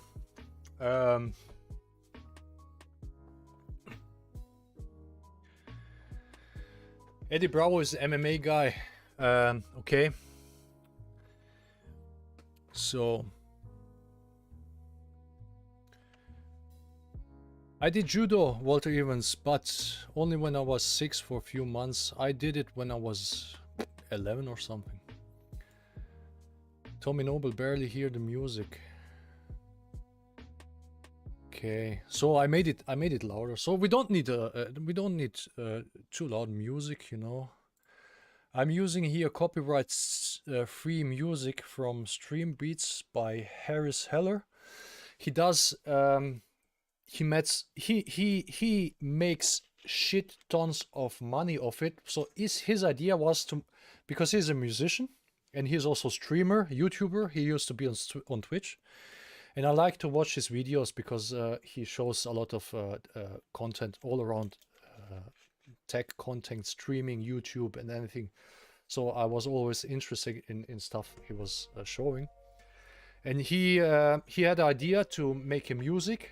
Because, you know, the streamers, they have problems with running music in the background, and if it's not copyright free, then they get strikes on Twitch or YouTube. So he made just full albums, songs, any kind of genre, rock, pop rock, whatever. And you can run it in the background, and you don't have to worry about getting striked. And he makes shit ton of money of it. I guess he makes maybe like $100,000 a month or something. But he really makes a lot of money. So we have a wrong jobs, guys. You know. When I watch judo at the Olympics, honestly, I'm not impressed. It looks very messy and scrappy. Yes, because, you know, I mean, of course, because you have two guys that do the same style, and they just counter each other all the time. It's like when you have two very good football teams, like European football teams, and they just, you know, counter effectively each other actions, and it just gets boring. Usually it looks good if one team is weak and the other one is very good, then you have a lot of goals. Long judo is better for street than Brazilian jiu-jitsu. Yes, Tommy worked as a bouncer. He worked most of the guys, his colleagues, were judo guys, and he told us a story where when they had basically a fight every weekend, every day. He worked like 3 or 4 times a week, and at every weekend there was a kind of fight, and he was to the stage. He came to the stage when there was a no fight. At that night he was disappointed. So that's eventually when he realized that he should actually stop doing this job, because he started to enjoy to hurt people. Okay, so he stopped doing this job. And he told me that these judo guys, they just threw people through the clubs, you know. He told me they just, when some guys they made trouble, the judo guys, they just took them and they throw them, you know, in the air upside down, and they just cracked the skull on the ground and stuff like this. Most of the people he worked with were judo guys or boxers. So he was the only Jeet Kune Do guy. But he was the true Jeet Kune Do guy, not the concepts guy, you know. The concepts guy would try to trap people, I don't know. Probably. Walter Evans, Pooh, Fabian, Thomas, try not to hurt him. Turn him, crash test dummy. No, not doing this. I had the old footage where I really kicked and punched him.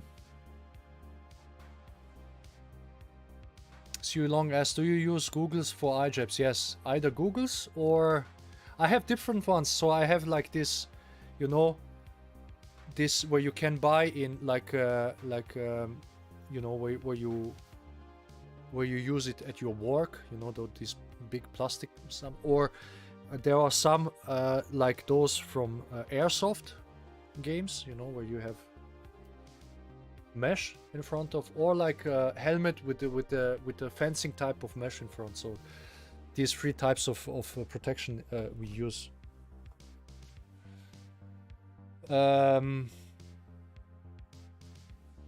Rooney Wong, hi Rooney. Only judo skill, easier eating punch in the street.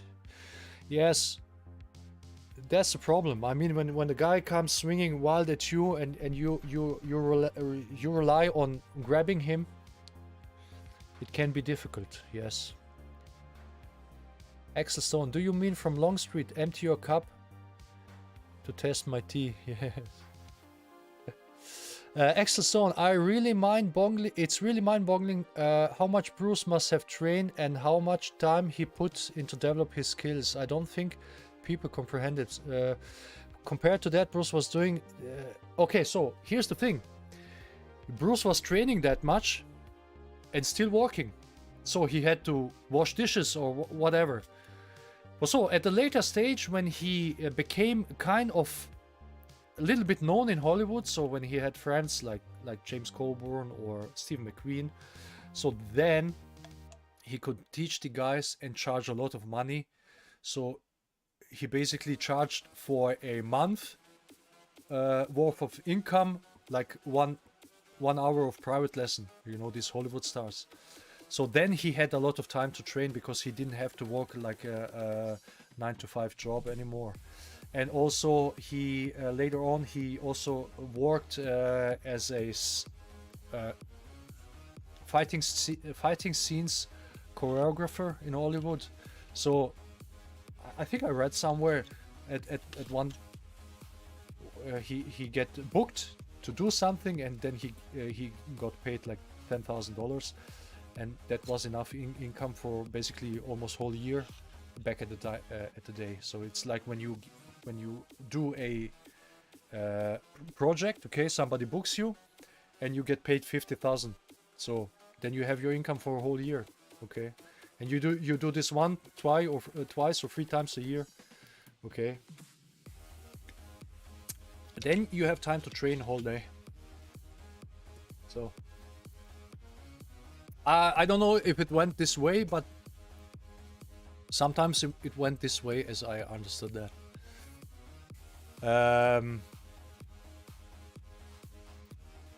Axel Stone again. So there is no comparison. Bruce just spent pretty much his whole day, every day doing something. Yes. There was an interview where someone asked, I think it was the last interview. He was asked how much he was training, and he said at least 2.5 hours a day. So that's the minimum, like.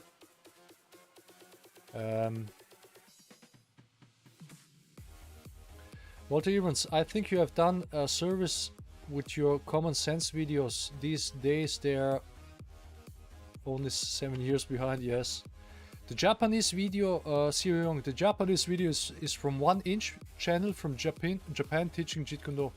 I think it's from Minasanto, former student. Okay. But the clothing this guy had looks like Aikido.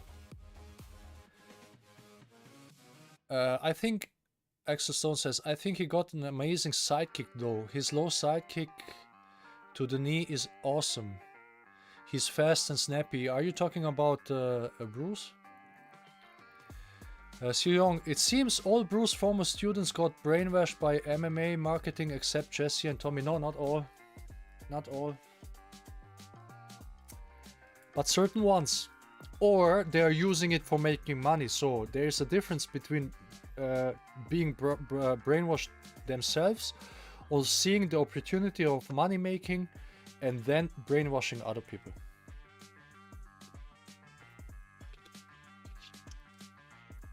So David Hughes, hi David.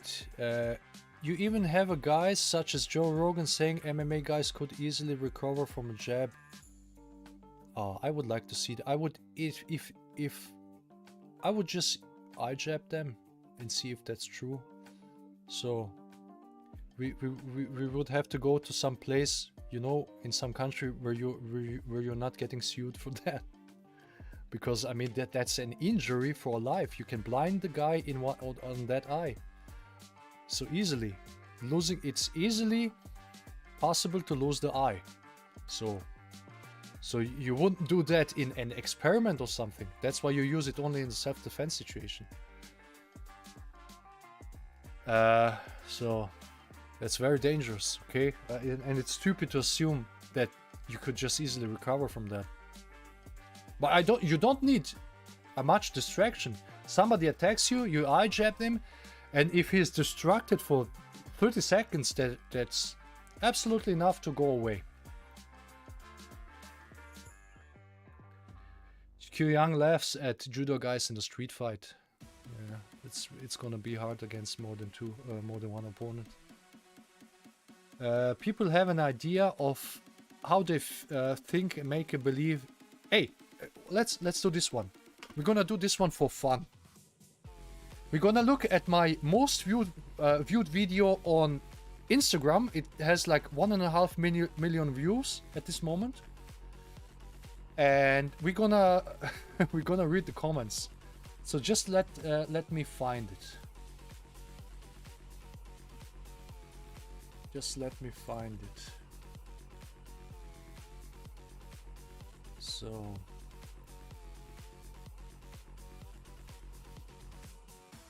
while we were talking here, I have done another 200 more subscribers on Instagram. That's really funny. Okay, where's the video? So let me see. Let me think. There is it. So okay, so let's watch the comment section. The most funniest thing, comment section. I'm under my most viewed video on Instagram, and the video is not even special. So the video is about here. You can see me doing. He grabs me, I do the eye jab, and then I take certain distance in case the other guy comes in immediately. So that's the explanation and idea of the video. But so, and then look at the comment section. So so the first one. But what if someone starts beating you with the other hand and moving the head away? Okay, so the typical what if. But what if he starts beating you with the other? So, you see? I intercepted him. He can't start beating me with the other hand. FFS. Okay, next one. Where can I buy this headgear? Okay. Damn smart. Oh, miss and break your fingers. Oh, the old one. Yeah. Break your fingers. Okay, okay. No, you don't break your fingers if you know how to hold them. Don't hold them. You don't catch a basketball like this. You catch a basketball like this. Okay. Okay, so hey, yeah. No, this actually works. Okay. Okay. F stepping back after that eye poke, going in for a kill. So he wants me to follow up to the eye jab. So, and there's the second opponent. So I follow up and punch and kick this guy further, and he's just going to stand and watch it. Okay, okay, nice, nice. So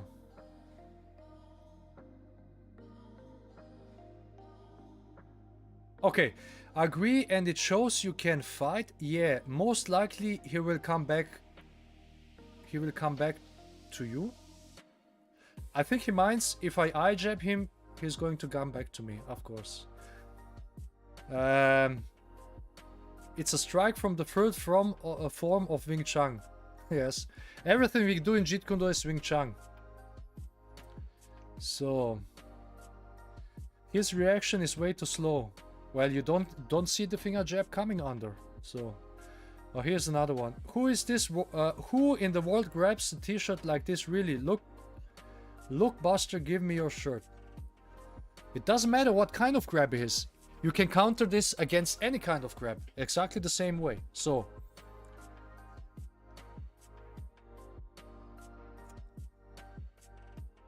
There are more good comments there than I actually thought. Step back and wait for the stab. Yes, yes. Nice. Deliver a kick to the nuts, game over. Crying agony enters in the chat. Yes. Who grabs people like that? Another one. So, here, won't hit his eyes if he's trained wrestler or jiu-jitsu practitioner and goes for a double leg takedown. So now we have it again. A trained wrestler or jiu-jitsu practitioner, and this comment has 17 answers. So let's okay, that's too much. So the poke in the eye should come before he grabs you, and follow up by other strikes, of course. So here, another one.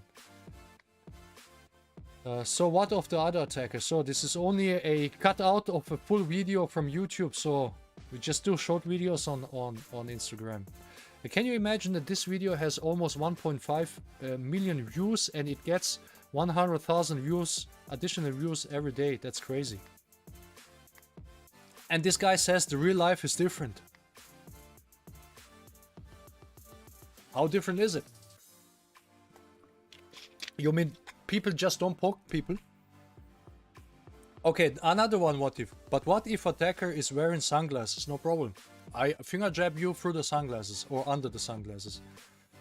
You, I'm sorry, could I kindly remove your shades? Can I try them and see, look? Yeah, another stupid comment, just stupid comments. Or you could just left hook him. Captain Insano shows no mercy. I mean, there are tons of comments there.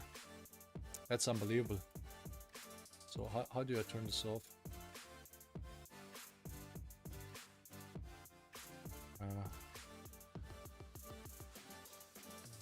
Okay, there you go.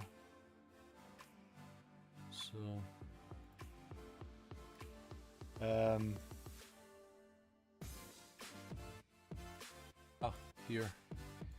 here is it.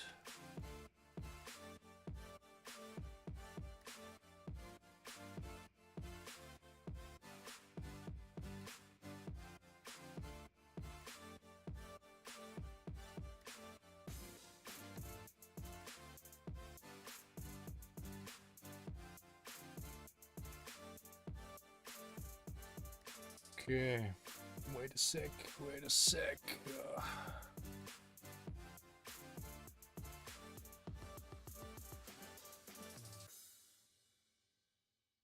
So, yeah, the comment section is just crazy. I can't even read it. So many comments are coming in every day,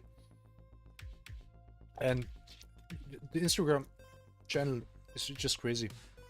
It's just crazy now there at this moment. Justin Gillard, I jab a question mark. Is that still a question? Well, my 2-year-old who has COVID just finger jabbed me by mistake, and I was totally incapacitated. Now he's 2 years old and did unintentionally. So yes, the people just ignoring that. I mean, it's a no-brainer. So there's no discussion. There's no discussion how this works. Unbelievable. I mean it's just unbelievable, and it's ignorant. And I really don't understand how people can even argue like that. And this it's not a new thing. That was like 10 years ago in when I was regularly in a German forum. It was the same, exactly the same. It was exactly the same all the time. So nothing changed. There are always people.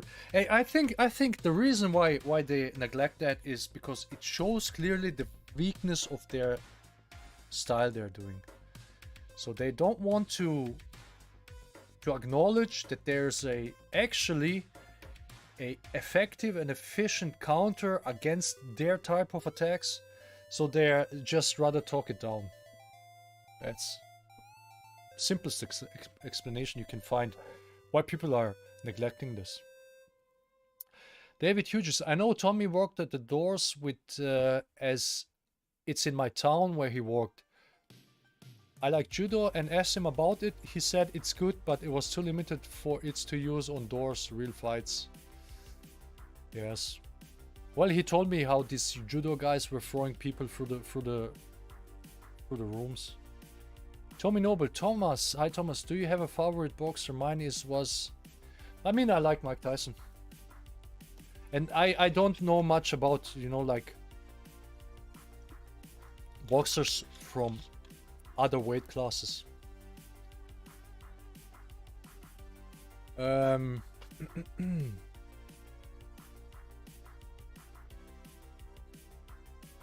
Jacob Fisher. Hi Jacob. Jeet Kune Do is so effective in a street fight. People are just naive. Yes, they are. Move your head back and follow up with a punch. Yes. I mean, you know, the problem is with this. I'm sweating here, really. The problem with this short clips, you have only one scene out of the whole video. So they don't see any explanation that came after, before the video or is going to come after the clip. And then they ask these questions. Sometimes I answer, you have to watch the whole video, just go to my YouTube channel. And then you're gonna be able to watch this. Yeah. So that's how it works. Progressive weapon shot. Okay, let's talk about progressive weapon shot. And then I'm gonna try something, and that's I'm gonna try this.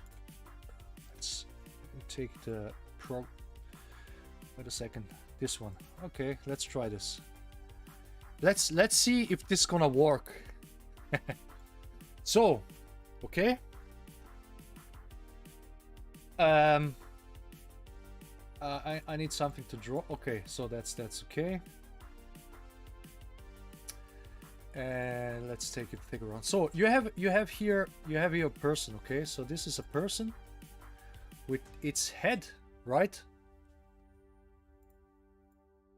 Okay, so then you have then you have, let's go like here. This is far too whole. Yeah, that's we have. Okay, upper body. So then you have the legs. Okay, so here is a standing leg. Okay, then you have the kicking leg. Okay, then you have the punching leg, punching hand. Okay, so okay, let's say this is a sidekick. So you have a person here that comes in, and you would use the sidekick first. Okay, and then it's beautiful drawing, isn't it? So then you use the sidekick first. If it comes closer, okay, then you can use it lower, like to the knee, or if it comes even closer, okay, so then you use it to the ankle of the opponent. So this is the distance, this is distance 2, and that's like the distance 3. So here's this close, you use this one, this close, you use this one, here's this close, you can use to the groin, sidekick to the groin, or even upper body. So and then you have here the hand. So you can use this hand actually at this distance, okay. And at this distance where you use, let's say, a sidekick to the ankle, you can use here, okay, a hook punch. Okay, same distance, you can use leg, but you can also use a hook punch depending on how opponent is placed. So and this is the progressive weapon chart. So the distance getting closer, you use a different tools that works for the distance. But if you're standing like this, okay, so you're standing like this, so this is your stance, okay. So this is your protecting hand, okay, and this is your lead hand, okay, and then this is you, okay. So and now we're gonna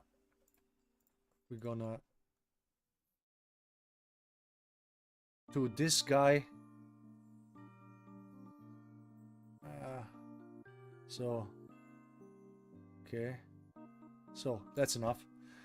So now you're standing here. This is your lead hand. This is your covering hand. This is your face. This is your stance. Okay. So when you use sidekick, let's say you use sidekick here, and you shuffle this leg to here when you're using sidekick, then you have this distance.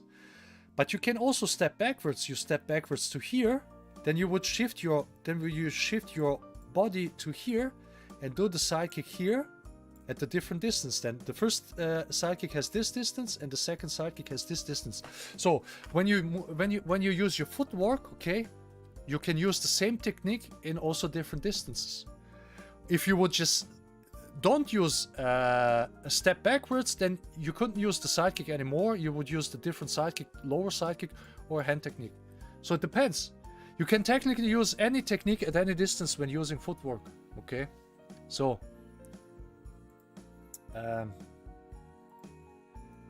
that's basically what progressive weapon chart means. Okay, so you can use your techniques as the distance allows it, or you can use your footwork to maintain your distance if you want to use a certain technique.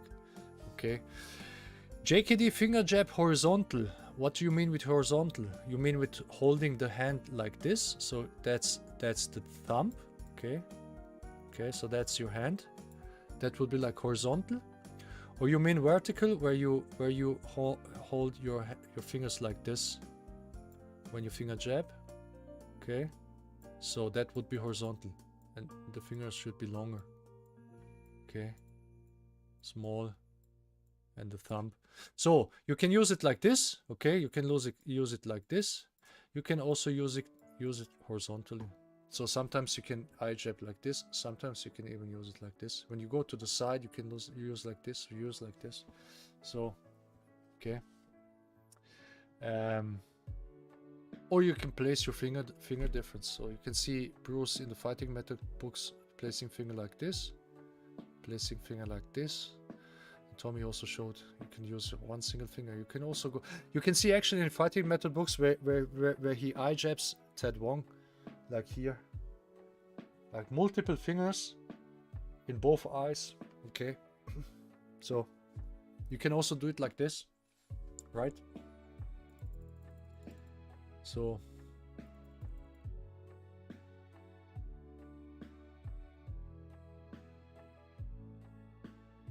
okay, so did you understand that? That's basically like when you think about progressive weapon chart.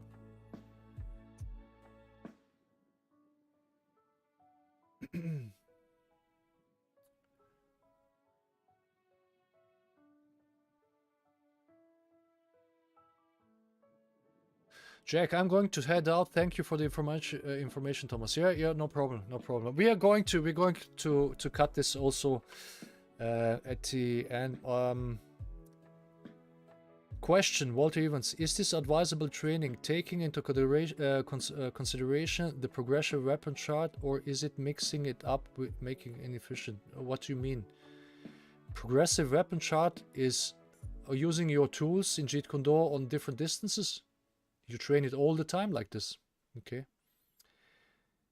Can you release an art book one day? I don't think so.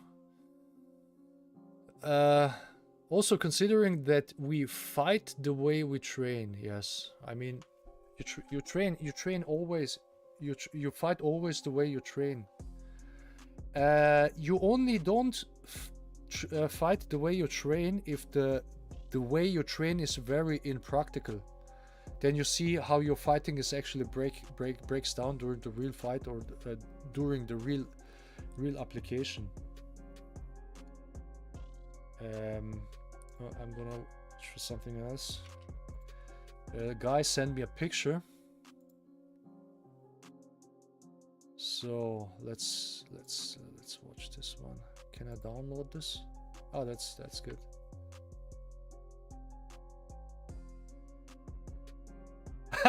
That's a good one.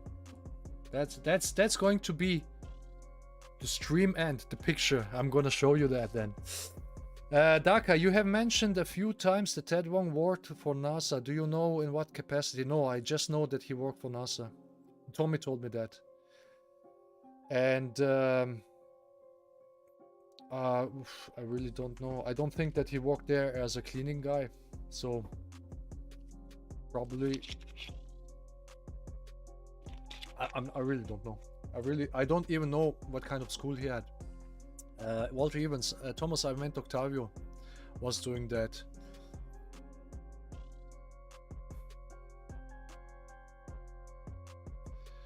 The progressive weapon chart, as Tommy called it, the order of battle, different ranges with corresponding options.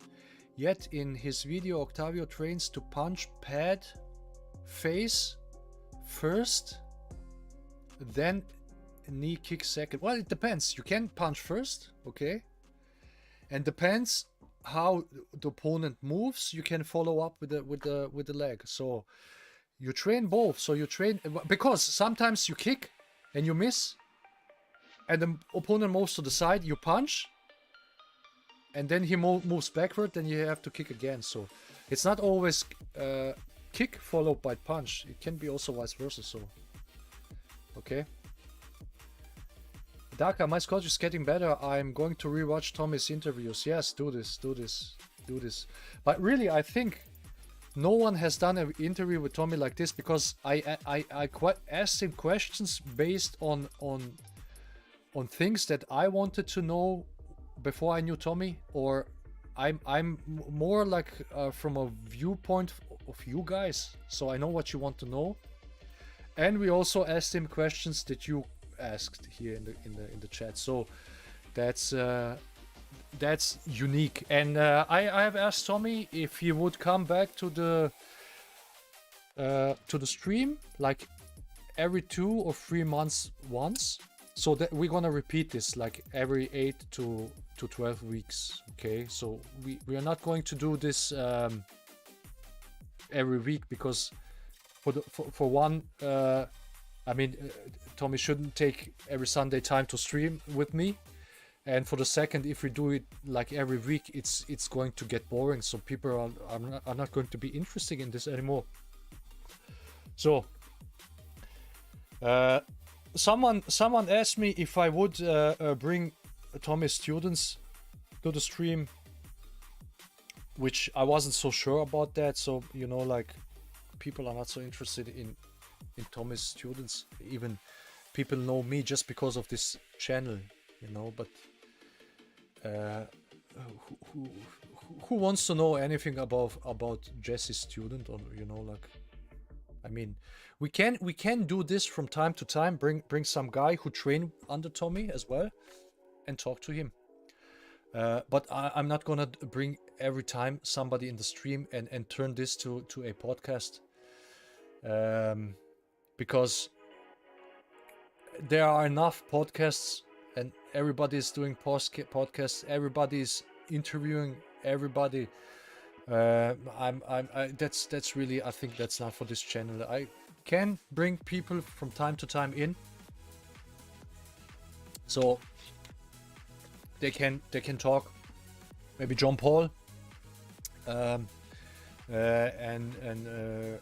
guys from the US, because the Jeet Kune Do in the United States has, as the IFO Jeet Kune Do, Tommy's Jeet Kune Do in the United States has the worst possible support. So maybe the people learn about the guys who teach there under Tommy. That would be a good idea to bring them here. But I mean, you need, this stream is watched live by 20 people. I mean, 20 people. 20 people is not much, you know. Not many people are watching this. As also, this channel is a small channel. We don't have as much reach as people may think. My streams have total click rate after they've been up for weeks, maybe 800, and most of them are you guys rewatching it probably. So the Tommy's interview is going to have the most click rate because more people know Tommy. But who knows me? Who knows John Paul? You know, so or who knows Derek? But I would do this for the guys in the US, so people because they have the worst support in the US. And all this Jeet Kune Do community in the United States, they just hate Tommy because Tommy is a direct threat to them. And I can tell you, people who have actually invited Tommy for seminars in the United States, when they announced that they're going to invite Tommy to do a seminar in States, they were contacted by always they were contacted by several so-called Jeet Kune Do guys in the States who were trying to prevent Tommy from coming there. Okay, so you have to think how much. Imagine somebody wants to bring Octavio Quintero in Germany, and then I contact this guy and say, don't bring Octavio into Germany. What, I would never do this stupid thing, like, because I'm confident in the stuff I do. I don't have to be afraid of anybody doing from the other lineage doing seminars in my country. And that's actually what people are doing when Tommy is invited in the United States, possibly also in other countries. I don't know, but I have heard from the guys from the US that they were contacted. People were trying to prevent Tommy from coming there. Promo for Derek's seminar before the seminar, Wolfgang. That's a good idea. I think what would be good is then to do a stream together with Tommy and Derek. So like 1 or 2 months before the seminar. That's a September. So I'm not gonna be in country for 3 weeks, from 15th August to 2nd September. I'm going to be in holidays, so sun, Mediterranean Sea. We would have to do the stream before that. So then I would say like next month, next time when I bring Tommy, we're gonna try Derek to bring in as well. So the thing is, the Derek is in San Francisco. It's 6 hours of time difference. So when we have here 6 p.m., then in San Francisco is, I think, noon. So he would have to be noon online at noon, Sundays and noon. That would be a good idea. Why not?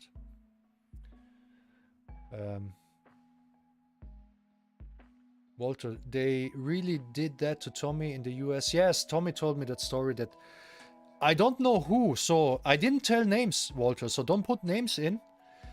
But people, I'm not sure if Richard Torres told them when Richard Torres was organizing seminar for Tommy, if Richard Torres was called up by the guys telling him not to bring Tommy, or somebody else was that. But I'm sure that at least at one occasion this happened. So I mean, the people in the US, they just hate Tommy to the bone, because I mean, look at them and then look at Tommy's skill and what Tommy is teaching, and there's and the funny thing is, I'm gonna tell you this because Tommy told me, and I have never told anything to I haven't told this to anybody in public, but I'm gonna say now this in public. Well, I'm not gonna say names because, you know, politics. So Tommy was doing a seminar for a guy in the United States once, and he's after the seminar they were pretty impressed by what Tommy was teaching, and the students of this guy, they came to Tommy and they said the only reason they are training Jeet Kune Do with this guy who was hosting the seminar is because they have no choice, because there's nothing else there. So that's the only reason why they go there. Not because of him, not because he's teaching good, not because he's skillful guy or anything, but because they have no other choice. And if they could, they would go to Tommy, but you know, United States, Scotland, of course. And I told Tommy many times during the years, if Tommy was living in Los Angeles, he would be probably a millionaire by teaching people, just teaching people Jeet Kune Do. Everybody would want to go to Tommy's school. And these guys there are so lucky that he isn't. Walter Evans, Derek would be a good on live stream. I remember he's a good spontaneous comedian. I've met Derek once or twice in person in Glasgow. So he is a real estate guy. How do you say this in English? Or let me check this out.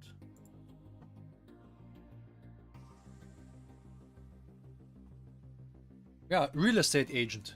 That's what he does in San Francisco. You can see all the time in his Facebook.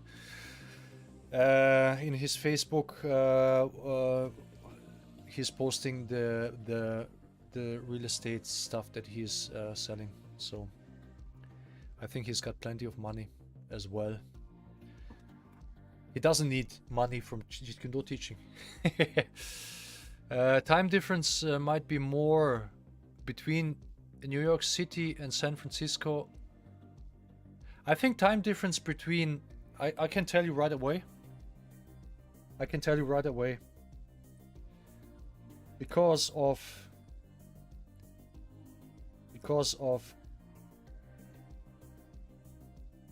so okay. Here it's now like 8:20 p.m. In Los Angeles it's 11. It's 9 hours difference. 9 hours earlier. So when oh my god, so that's even more. So when I stream at 6,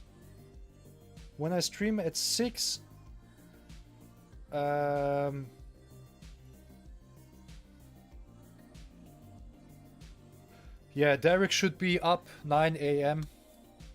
Sundays. I don't know if he want that. If he sleeps longer at Sundays. But the stream would start at 9 a.m. in San Francisco. That actually, because the most people watching this channel are actually from the US, I should actually stream at a later point. So I should actually stream like at 1 o'clock in the morning here in Germany. So it would be like 3 o'clock in the afternoon in the United States at the West Coast. But you know, I can't stream that late here. That's impossible. I mean, I have to go to work and next day, so I'm getting up at latest at 6 o'clock in the morning tomorrow. So guys, I work full time. I work full time like anybody else. You know, there's no exception for me. No money in Jeet Kune Do, and I still try to train and everything and do 5-6 times a week.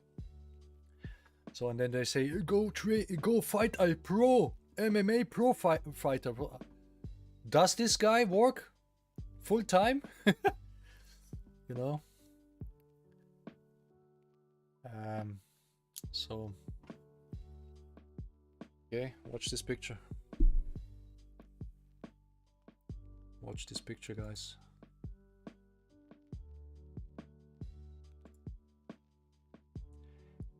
In memory of once fluid art, creamed and distorted by additional styles.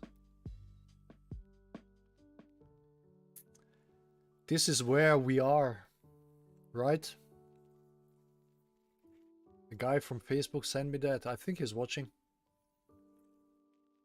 And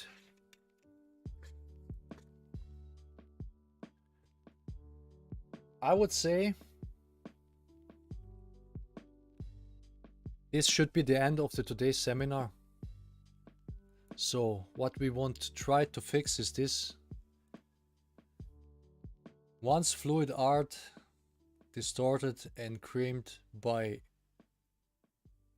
additional styles, because like Bruce said, being wise in Jeet Kune Do doesn't mean adding more, it means to minimize. In other words, to hack away the unessential. Daily decrease or decrease instead of daily increase. So guys, thanks for being here. I hope you liked it, and I would say probably next Sunday I'm not gonna stream, so we see us in 2 weeks, and have a good night.